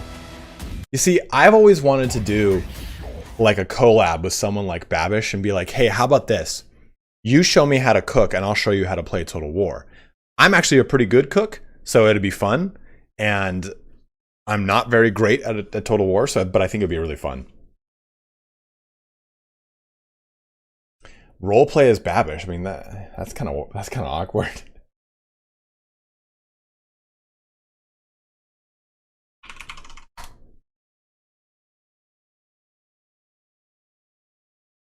Okay. We gotta reveal. Let me take a look here. Okay, so 40 seconds. What? You'll see on the far left.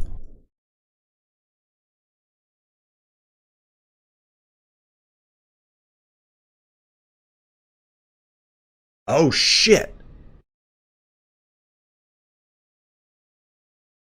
Okay. I can't zoom in with this.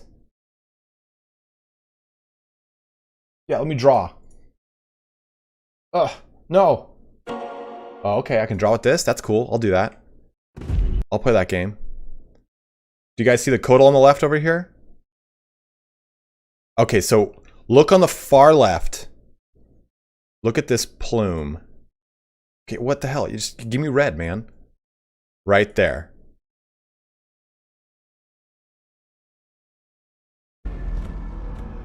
Yeah, that is a Kodal right there. That's a flying Kodal.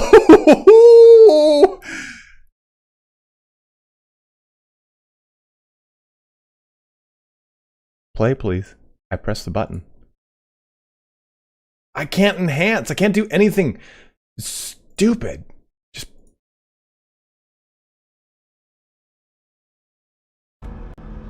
It's right there.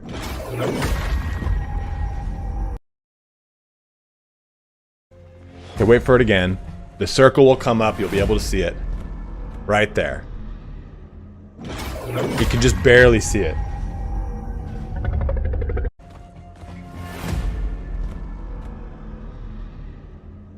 Let me see. Let's pop it into Photoshop. And we'll put it in Premiere. We'll do this together. We'll do it as a team.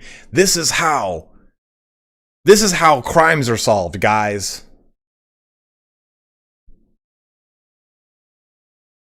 Okay. This is what life is like. DLC trailer. Okay, so let's go ahead and pop it in. Jump to 40 seconds.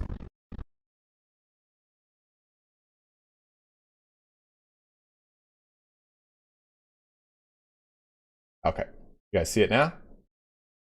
Right here. I'm going to press play and you'll be able to see it from this angle.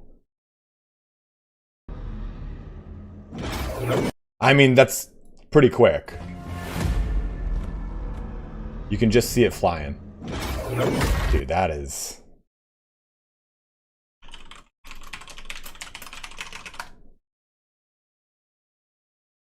Alright, so here's what I'm going to do now.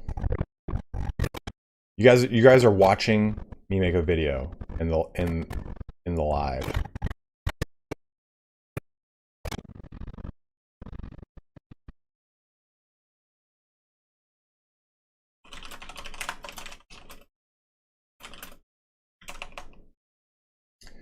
Okay. Let's see if we can let's go further.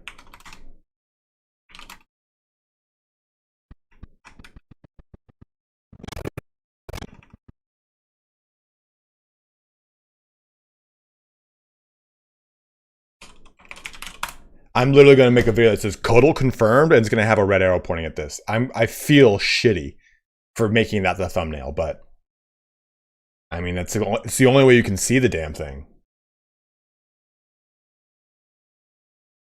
So, there you go. There's your Codal, guys. You can pop it into here. We can open... Might be in videos. There we go.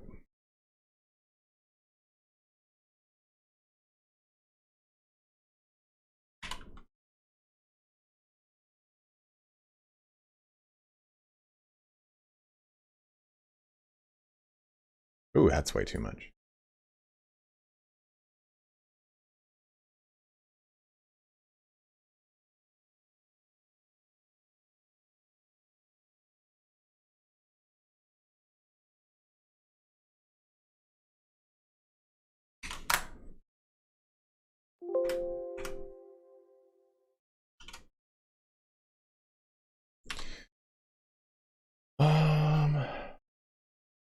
If you zoom in, you can see the Warhammer 3 release date.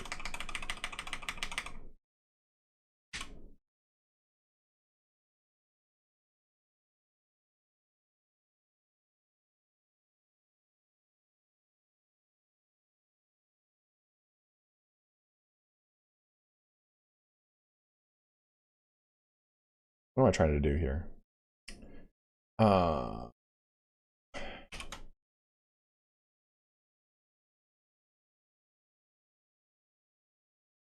Okay, that's what I want to do. Okay.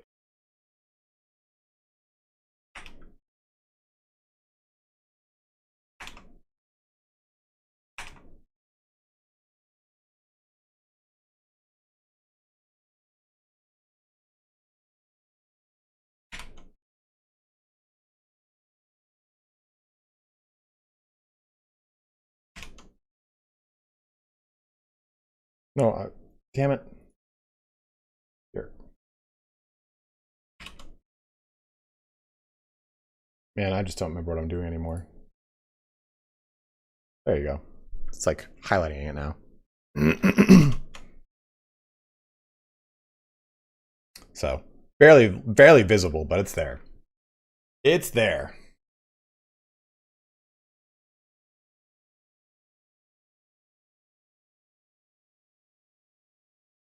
Whew. We went on a wild ride here today, guys. So let's actually... That's a good call. So here is the Codal right there. Here is a picture that I happen to have showing the Codal. Give you guys just like a little bit of an idea.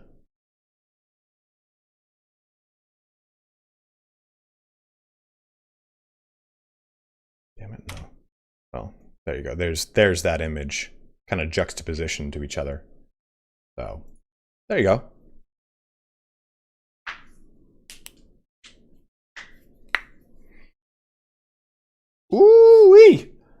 We got ourselves some fun reveals today, guys. Not a whole ton of crazy stuff, that's for sure. But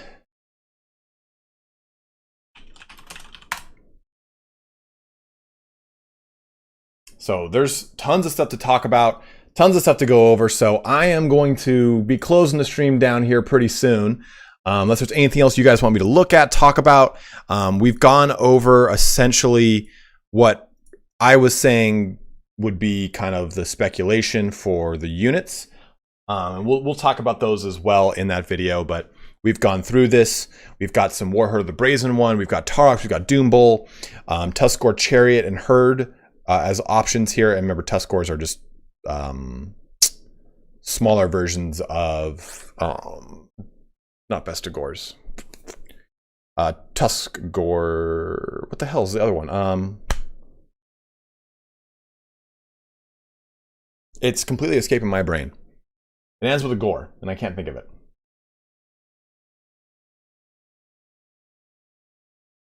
Razor Gore. Thank you. I was like, I kept wanting to say Baconator because that's what Turin calls it, right? So I'm like, bacon. It's not bacon. What is it? Yeah, Razor Gore. 40k stuff coming in due time, my brother. And then a Tuskor Herd would just be like a generic version. If they decided to do these things, obviously, we don't know. Again, and I don't even have any cool, like, I can't say Bacon Gore, yeah. And I don't even have any cool, like, insider information, like, hey, this might come at this time. No, we don't know Moonclaw. I was saying Moonclaw would be a speculative legendary hero. But yeah, like I said, I don't even have any cool NDA information I can say, like, I can't talk about until a certain time or date. Like, I got nothing. So this is what we've got to go off of. Here's the little thing with this too.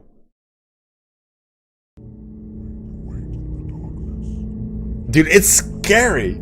You guys can hear it, right?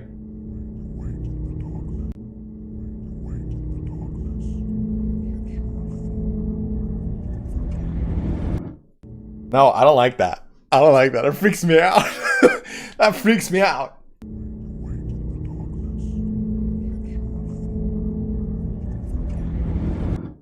Oh, dude, that is... anything like that always just like is eerie to me.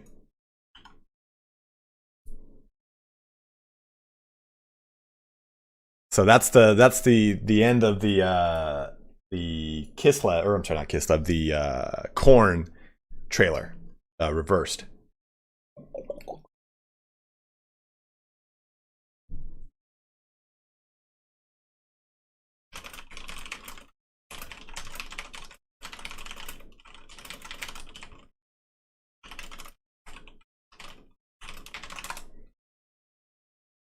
Whew.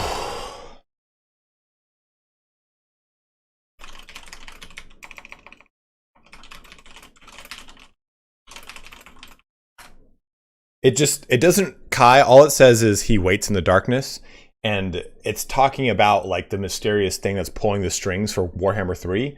My big prevailing theory is that it will be themed around Be'lakor, since there's been a new model for him and stuff like that. I think that the big thing here is going to be a Be'lakor style reveal later, and they're probably going to hint towards it all the way up until close to release. That's my opinion. I think that they're going to probably just say like, oh, the Dark One watches, the Shadow Master is here, or stuff like that. And we're probably going to get little tiny bits here and there.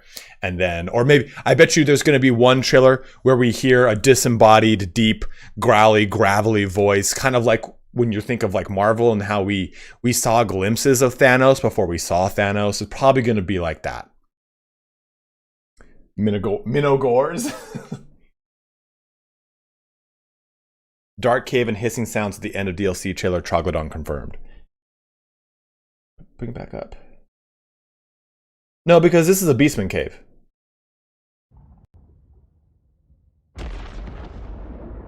Although, how sick would it have been? Well, I was going to say how sick would it have been if that lightning flash showed like the eyes of a Troglodon, but a Troglodon is blind. That wouldn't have made any sense.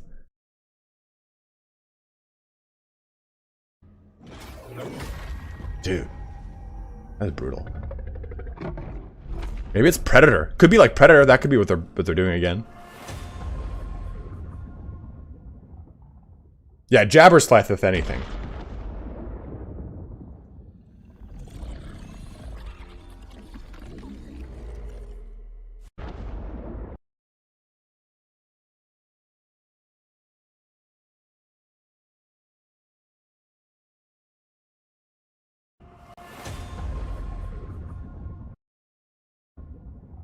I mean, there's a chance, the fuck, but Samba, no, they need to be blunt. It spills more blood that way. That's the reason why Khorne uses axes. You know that, right? Like, Khorne uses axes, especially chain axes in 40k, because it spills more blood. Trident would be cool, but I think that the right call is the Jabberslythe. The Trident is more of a neutral elemental from what I remember. And the Jabberslythe is actually in the book. Yeah, man, Skull Taker. Here's the Jabberslythe picture. You want to see the actual Jabberslythe model? There you go.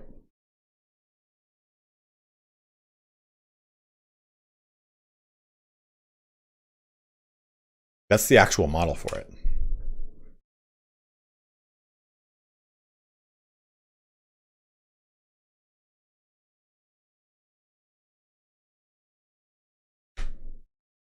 Any upcoming lore vids? Yeah, I'm going to shut this stream down and I'm going to do a Codal video.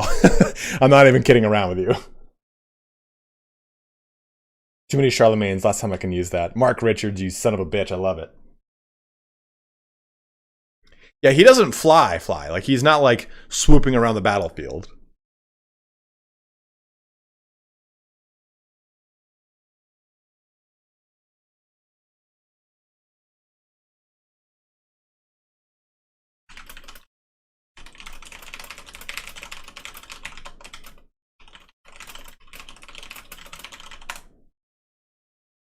Yeah, Troglodon model, absolutely. So the Troglodon and the Carnosaur were a dual kit.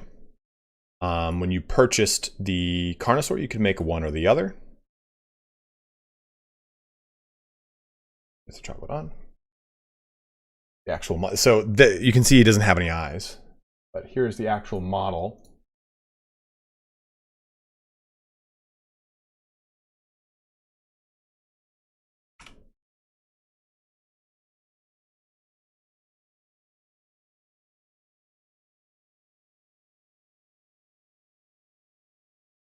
Do you think they'll do a Lizardman campaign revamp? Well, they've had a lot of chances and they've done little tweaks to them here and there. If anything, this could be a way for them to finally fix a geomantic web, which is just kind of jankety and hodgepodge at this point, by comparison to, say, the High Elves, which feel a little bit better, the Dark Elves, which feel a little bit better now, the Skaven, which got a lot of love and feel a lot better. I'd say the Lizardmen are still... To be fair, the Lizardmen have the most legendary lords now, right? But their campaign-based mechanics in the geomantic web feel very jank. The rest of the other Lizardmen that have come out have felt better, right? 10-1 feels good, even though he has a geomantic web. Croxagore Daddy Croxagore, legendary ancient Croxagore. He feels better. He feels good, but I really think that the Lizardmen, despite the fact that they have so many nice little toys, they're Nakai, thank you guys. Remember when I make all these lore videos off all these things, my brain just can't do anything?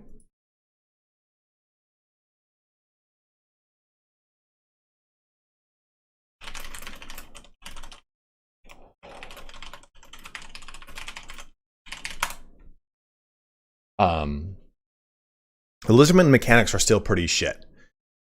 The Skaven feel great. The Skaven now, compared to Skaven on release, totally different race by comparison. How it feels, how it plays, feels so much better. The food mechanic is not as rough and tumble. The way that the actual Skaven corruption and the way Plague works for all the Plague centric stuff feels just so much better.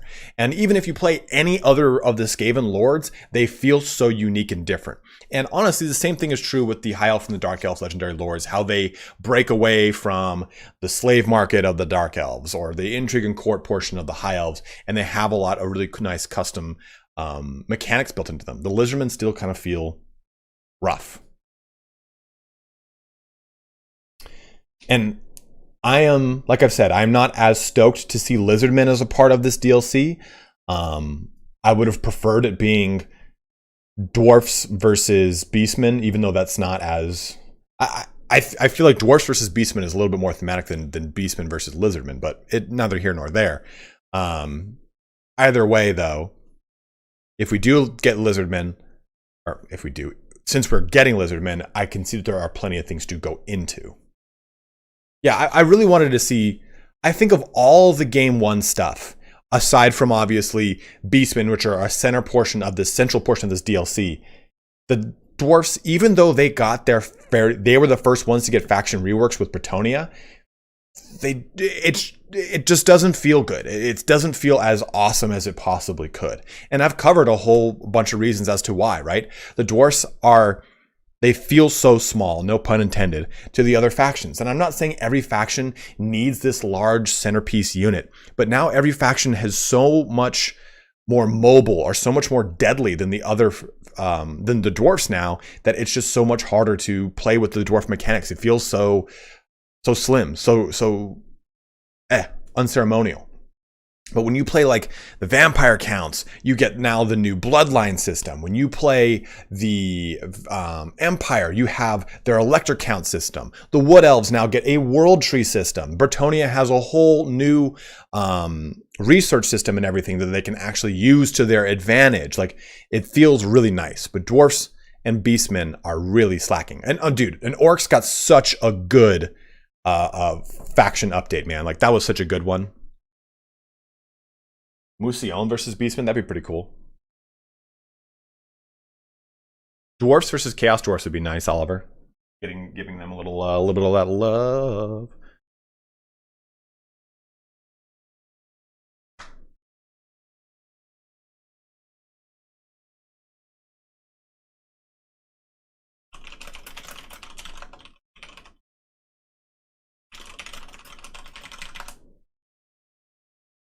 Yeah, Dwarfs did get smithing ruthless Grizz, but they didn't get rune smithing, which is a whole big portion of the Warhammer army book for 4 editions with the Dwarfs. Like, you can't even play any part in runes outside of your rune master crafting these little bullshit ones. Like, you don't even get them as a cool legendary arcane item you can use. Nothing like that. The Dwarf rune crafting system is still, it came in after the Tomb Kings system, so it's just kind of like, oh, some guy made a really cool mod and did the same thing that we did with the Tomb King system. Let's just make that an official part of the game. There's nothing that's come out for the Dwarfs since the Dwarfs have come out on Warhammer 1 and their subsequent DLCs that has been mind-blowing. I think we can all kind of agree on that, right? My beard boy is getting dunked on by freaking Grimgore.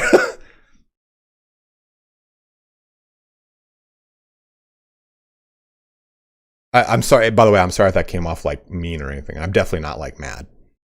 I just want the Dwarfs to have more. And this is coming from someone who does not like Dwarfs. I don't enjoy Dwarfs. I never liked them in tabletop. Their lore is a little too ham-fisted for me, but I'm a big advocate of I want there to be cooler stuff for the Dwarfs because I know there's cooler stuff for the Dwarfs. Ruthless Grizz, they actually have a 100% roster. Everything in their book is in the game. But they don't have engineers. I guess, sorry, I just misspoke. They don't have dwarf engineers. Well, yes, they do. I'm sorry. They don't have all of their legendary lords, is what I meant to say. They have a bunch of legendary lords that they haven't even touched. Bugman's is a great legendary lord for rangers. The Thunder Barge is a cool option. All the Storm of Chaos stuff, like the Goblin Hewer, is really sick. It just chucks a bunch of axes. Runic Golem and the Runic Guardians, which are things, or Shard Dragons, those are all things from Monstrous Arcanum, the Warhammer RPGs. Those are all cool shit. You know, I want Medieval 3, but at this point, I want a Medieval 2 remastered. Because Rome Remastered, A lot of people are like, oh, Rome Remastered, brr, brr, brr, brr, brr. Rome Remastered is cool because it's just Rome and with better graphics, and I can play it on a current machine. I don't need it to be different. Medieval 2, just give me Medieval 2 with updated graphics and playable on a modern machine. That's all I want. I could see Thorok versus a Chaos Dwarf Lord, because Chaos Dwarf Lords, almost all of them are casters, and Thorok is a legendary runesmith, which would be awesome.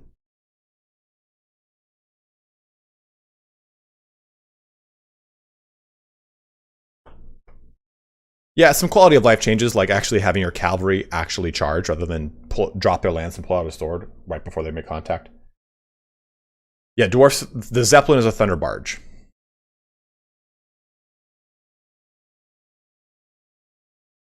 Right, Crisps? They're like, this has all the stuff that Rome's original game had. It's like, yeah, that's what you wanted. Who is more evil, Nurgle or Nagash? Nagash. What is it? I've been made fun of for the way I pronounce it, and I can't remember the proper way to pronounce it anymore. I think Nagi is more is even though his idea is, oh, if I rule over a world of undead, there will be no suffering. But Nurgle is about life and death, rebirth. Hey, Dan, I'm saying cavalry, but I'm from the West Coast. That is my accent. I think that's probably the most commented critique. People are like, hey, it's cavalry. I'm like, I am saying cavalry. You're hearing Calvary for whatever reason. Because when I say Calvary, there's an L before the V. When I say cavalry, there's not.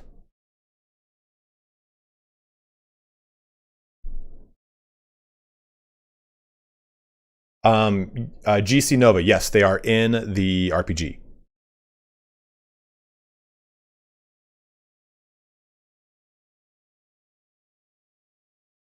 Yeah, see, Papa Nurgle loves all. All right. I gotta get to work on this video. Let's roll some credits. Let's give some thank yous out. There were some donations, so we can definitely talk about those.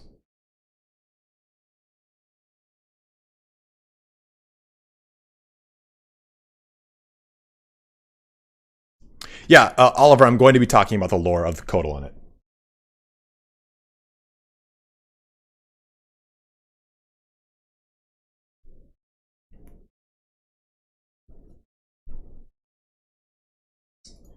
But let me give out some thank yous here. We have quite a few donations. We got, oh man, where is it? Where does it start? Rewinger with the 50 Norwegian Kronu donation. Ember Borgia with a $10 donation. Soldier with a $10. Old Timer with a $5 buckaroo. Soldier with another $1 saying mobile games, yeah, but no thanks. Keep that Nick guy muted. Oh, brutal. That guy you know with another $5 donation. Nick G with a $5 buckaroo as well. We have Alex with a €5 donation. Soldier dropping in a $1 bomb saying, could you explain those insta walls and insta towers in the invading chaos maps? Is magic involved? Also, why doesn't chaos have those parts walled off? Seems weird they don't have walls there and the invader wall builds walls and towers. Soldier, they don't mention it. Just is kind of like instantly built. So I would say it's just part of like a campaign mechanic. And also it's Khorne. Khorne would not want walls. He'd want the battle to ensue. He'd want as much destruction and mayhem and murder as possible. So if you're fighting in Khorne's realm, he's not going to be upset. He's like, oh, my forces are losing? Well, that's just more blood. My forces are winning? That's just more blood. Like, he doesn't care. And then Rewinger closing us off with the 50 Norwegian Kronu saying, good stream. Will there be a play stream at some point? Missed those. Yeah. I stopped doing streaming as much because I talked to Spiffing Brit, and I was saying like, hey man, I'm having a lot of problems with my channel. For some reason, I'm down like 30-40% on everything. And he took a look at my channel, and him and we had a pretty long, like an hour and a half conversation. And he was saying, you know, here are some things I've noticed.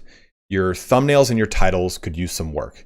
He's like, your content's great, but your thumbnails and titles, it's gating your content. People aren't clicking your content because there's nothing that's drawing them there.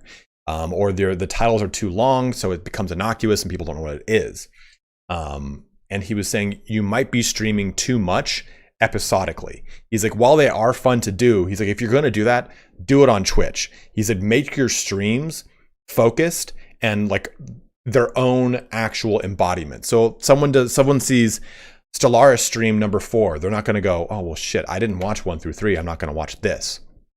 He was saying, if you're going to stream a game, say, do a challenge. Do like, hey, I'm going to play a stream today and I'm only going to be using these mods or doing these things or this challenge. So if someone watches it on its own merit, if they catch the 3.5 hour VOD of it, they don't need to go anywhere else to watch an episode before or after. It's all encapsulated. I'm like, dude, that's a really good point.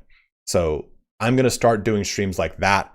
I just took some time to build up the views and everything again, because I was really like, dude, it was bad. I was like, am I going to have to shut the channel down? Like, it was really low. Yeah, exactly. Exactly, euphemistic. And it's kind of like, it's a struggle as someone who does like does YouTube content full time. I have to constantly worry about like, is my title too long? Is my thumbnail like evident enough? Stuff like that. It's a really unfortunate side of doing YouTube. And a lot of people say, oh, you play video games all day. I do not. I do not. I have to think of how I can play a video game that's creative and fun and engaging for people that already play the game.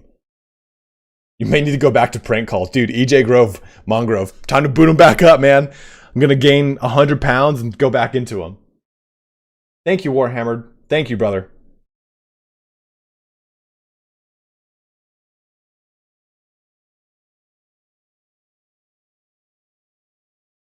Yeah, I know. I burned every village, Jabba.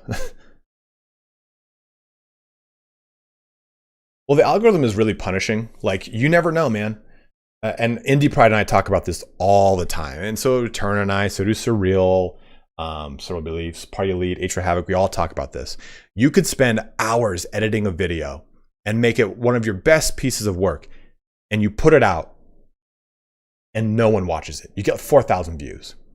But something comes out on any of these games and I can do a 10, 15, 20 minute video where I just press record and it's me talking off the top of my head and saying, hey, these are some of the things that are exciting and fun and cool.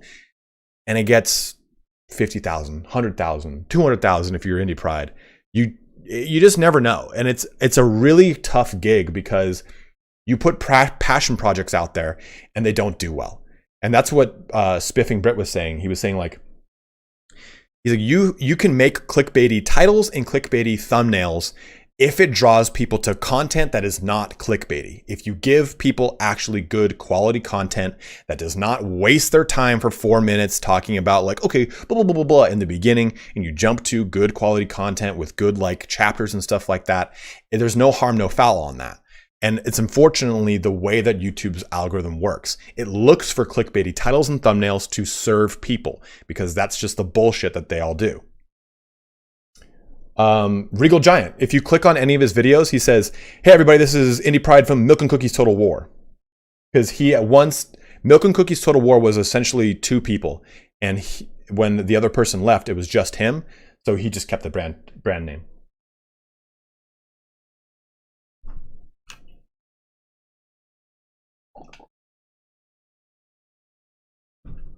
My green helmet? Oh, dude. Whoa.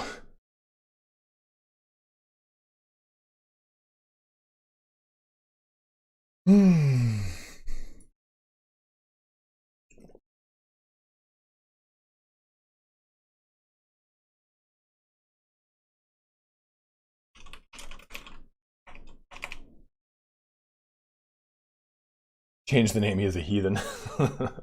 All right, guys, I got to get to work on a video here. We had some fun today talking about some things, but CK3 content is coming. I'm going to be doing 2 or 3 one-off streams, totally Warhammered, where I tried to recreate Rome using some of the Rome mods that make it so that Rome actually has a little bit more playstyle. So I'm either going to start as the Byzantine Empire, and I'm going to start the stream at a point in the campaign where I'm at a good point, rather than saying, hey, here's day 1 of 867 AD. Like, it'll actually have some fun. An epic Tetris live stream, dude. That'd be sick. Custom map siege reviews. Jabba the Hutt, I've got 2 list videos for Warhammer coming out. One, I have a whiteboard where I write all my ideas down. One is top Dark Elf mods, so for people that want to play with Rakarth, and the other one is Rakarth. And one is 10 quality of life mods. So those actually might be really cool. And I'm going to be doing a Bannerlord stream on Saturday. So guys, plenty of stuff to come. Thank you so much for watching here today. I think we got up to like something like 500 total viewers. So thank you very much. Sorry for ranting here and there. I'm high on sneak and it just kind of happens. I guess 989 was our peak, guys. Was our peak. Then as soon as all the reveals ended, everyone just, which happens, you know. Not as much happens after that point. But guys, again, as always, thank you so much for watching here today. Don't forget to check out Sneak Energy, link in the description. Use Sparty or creator code Sparty at checkout. It helps support the channel a ton. And there will be the DLC on Nexus Store when that does come out, so you'll be able to see that. Jabba, yeah, if you join the Discord and shoot me a link, man. I'm kind of sometimes hard to get a hold of because I'm a workaholic, but by all means, go for it. Okay, guys, gotta get to work. Thank you so much for watching here today. Have a good one and take care.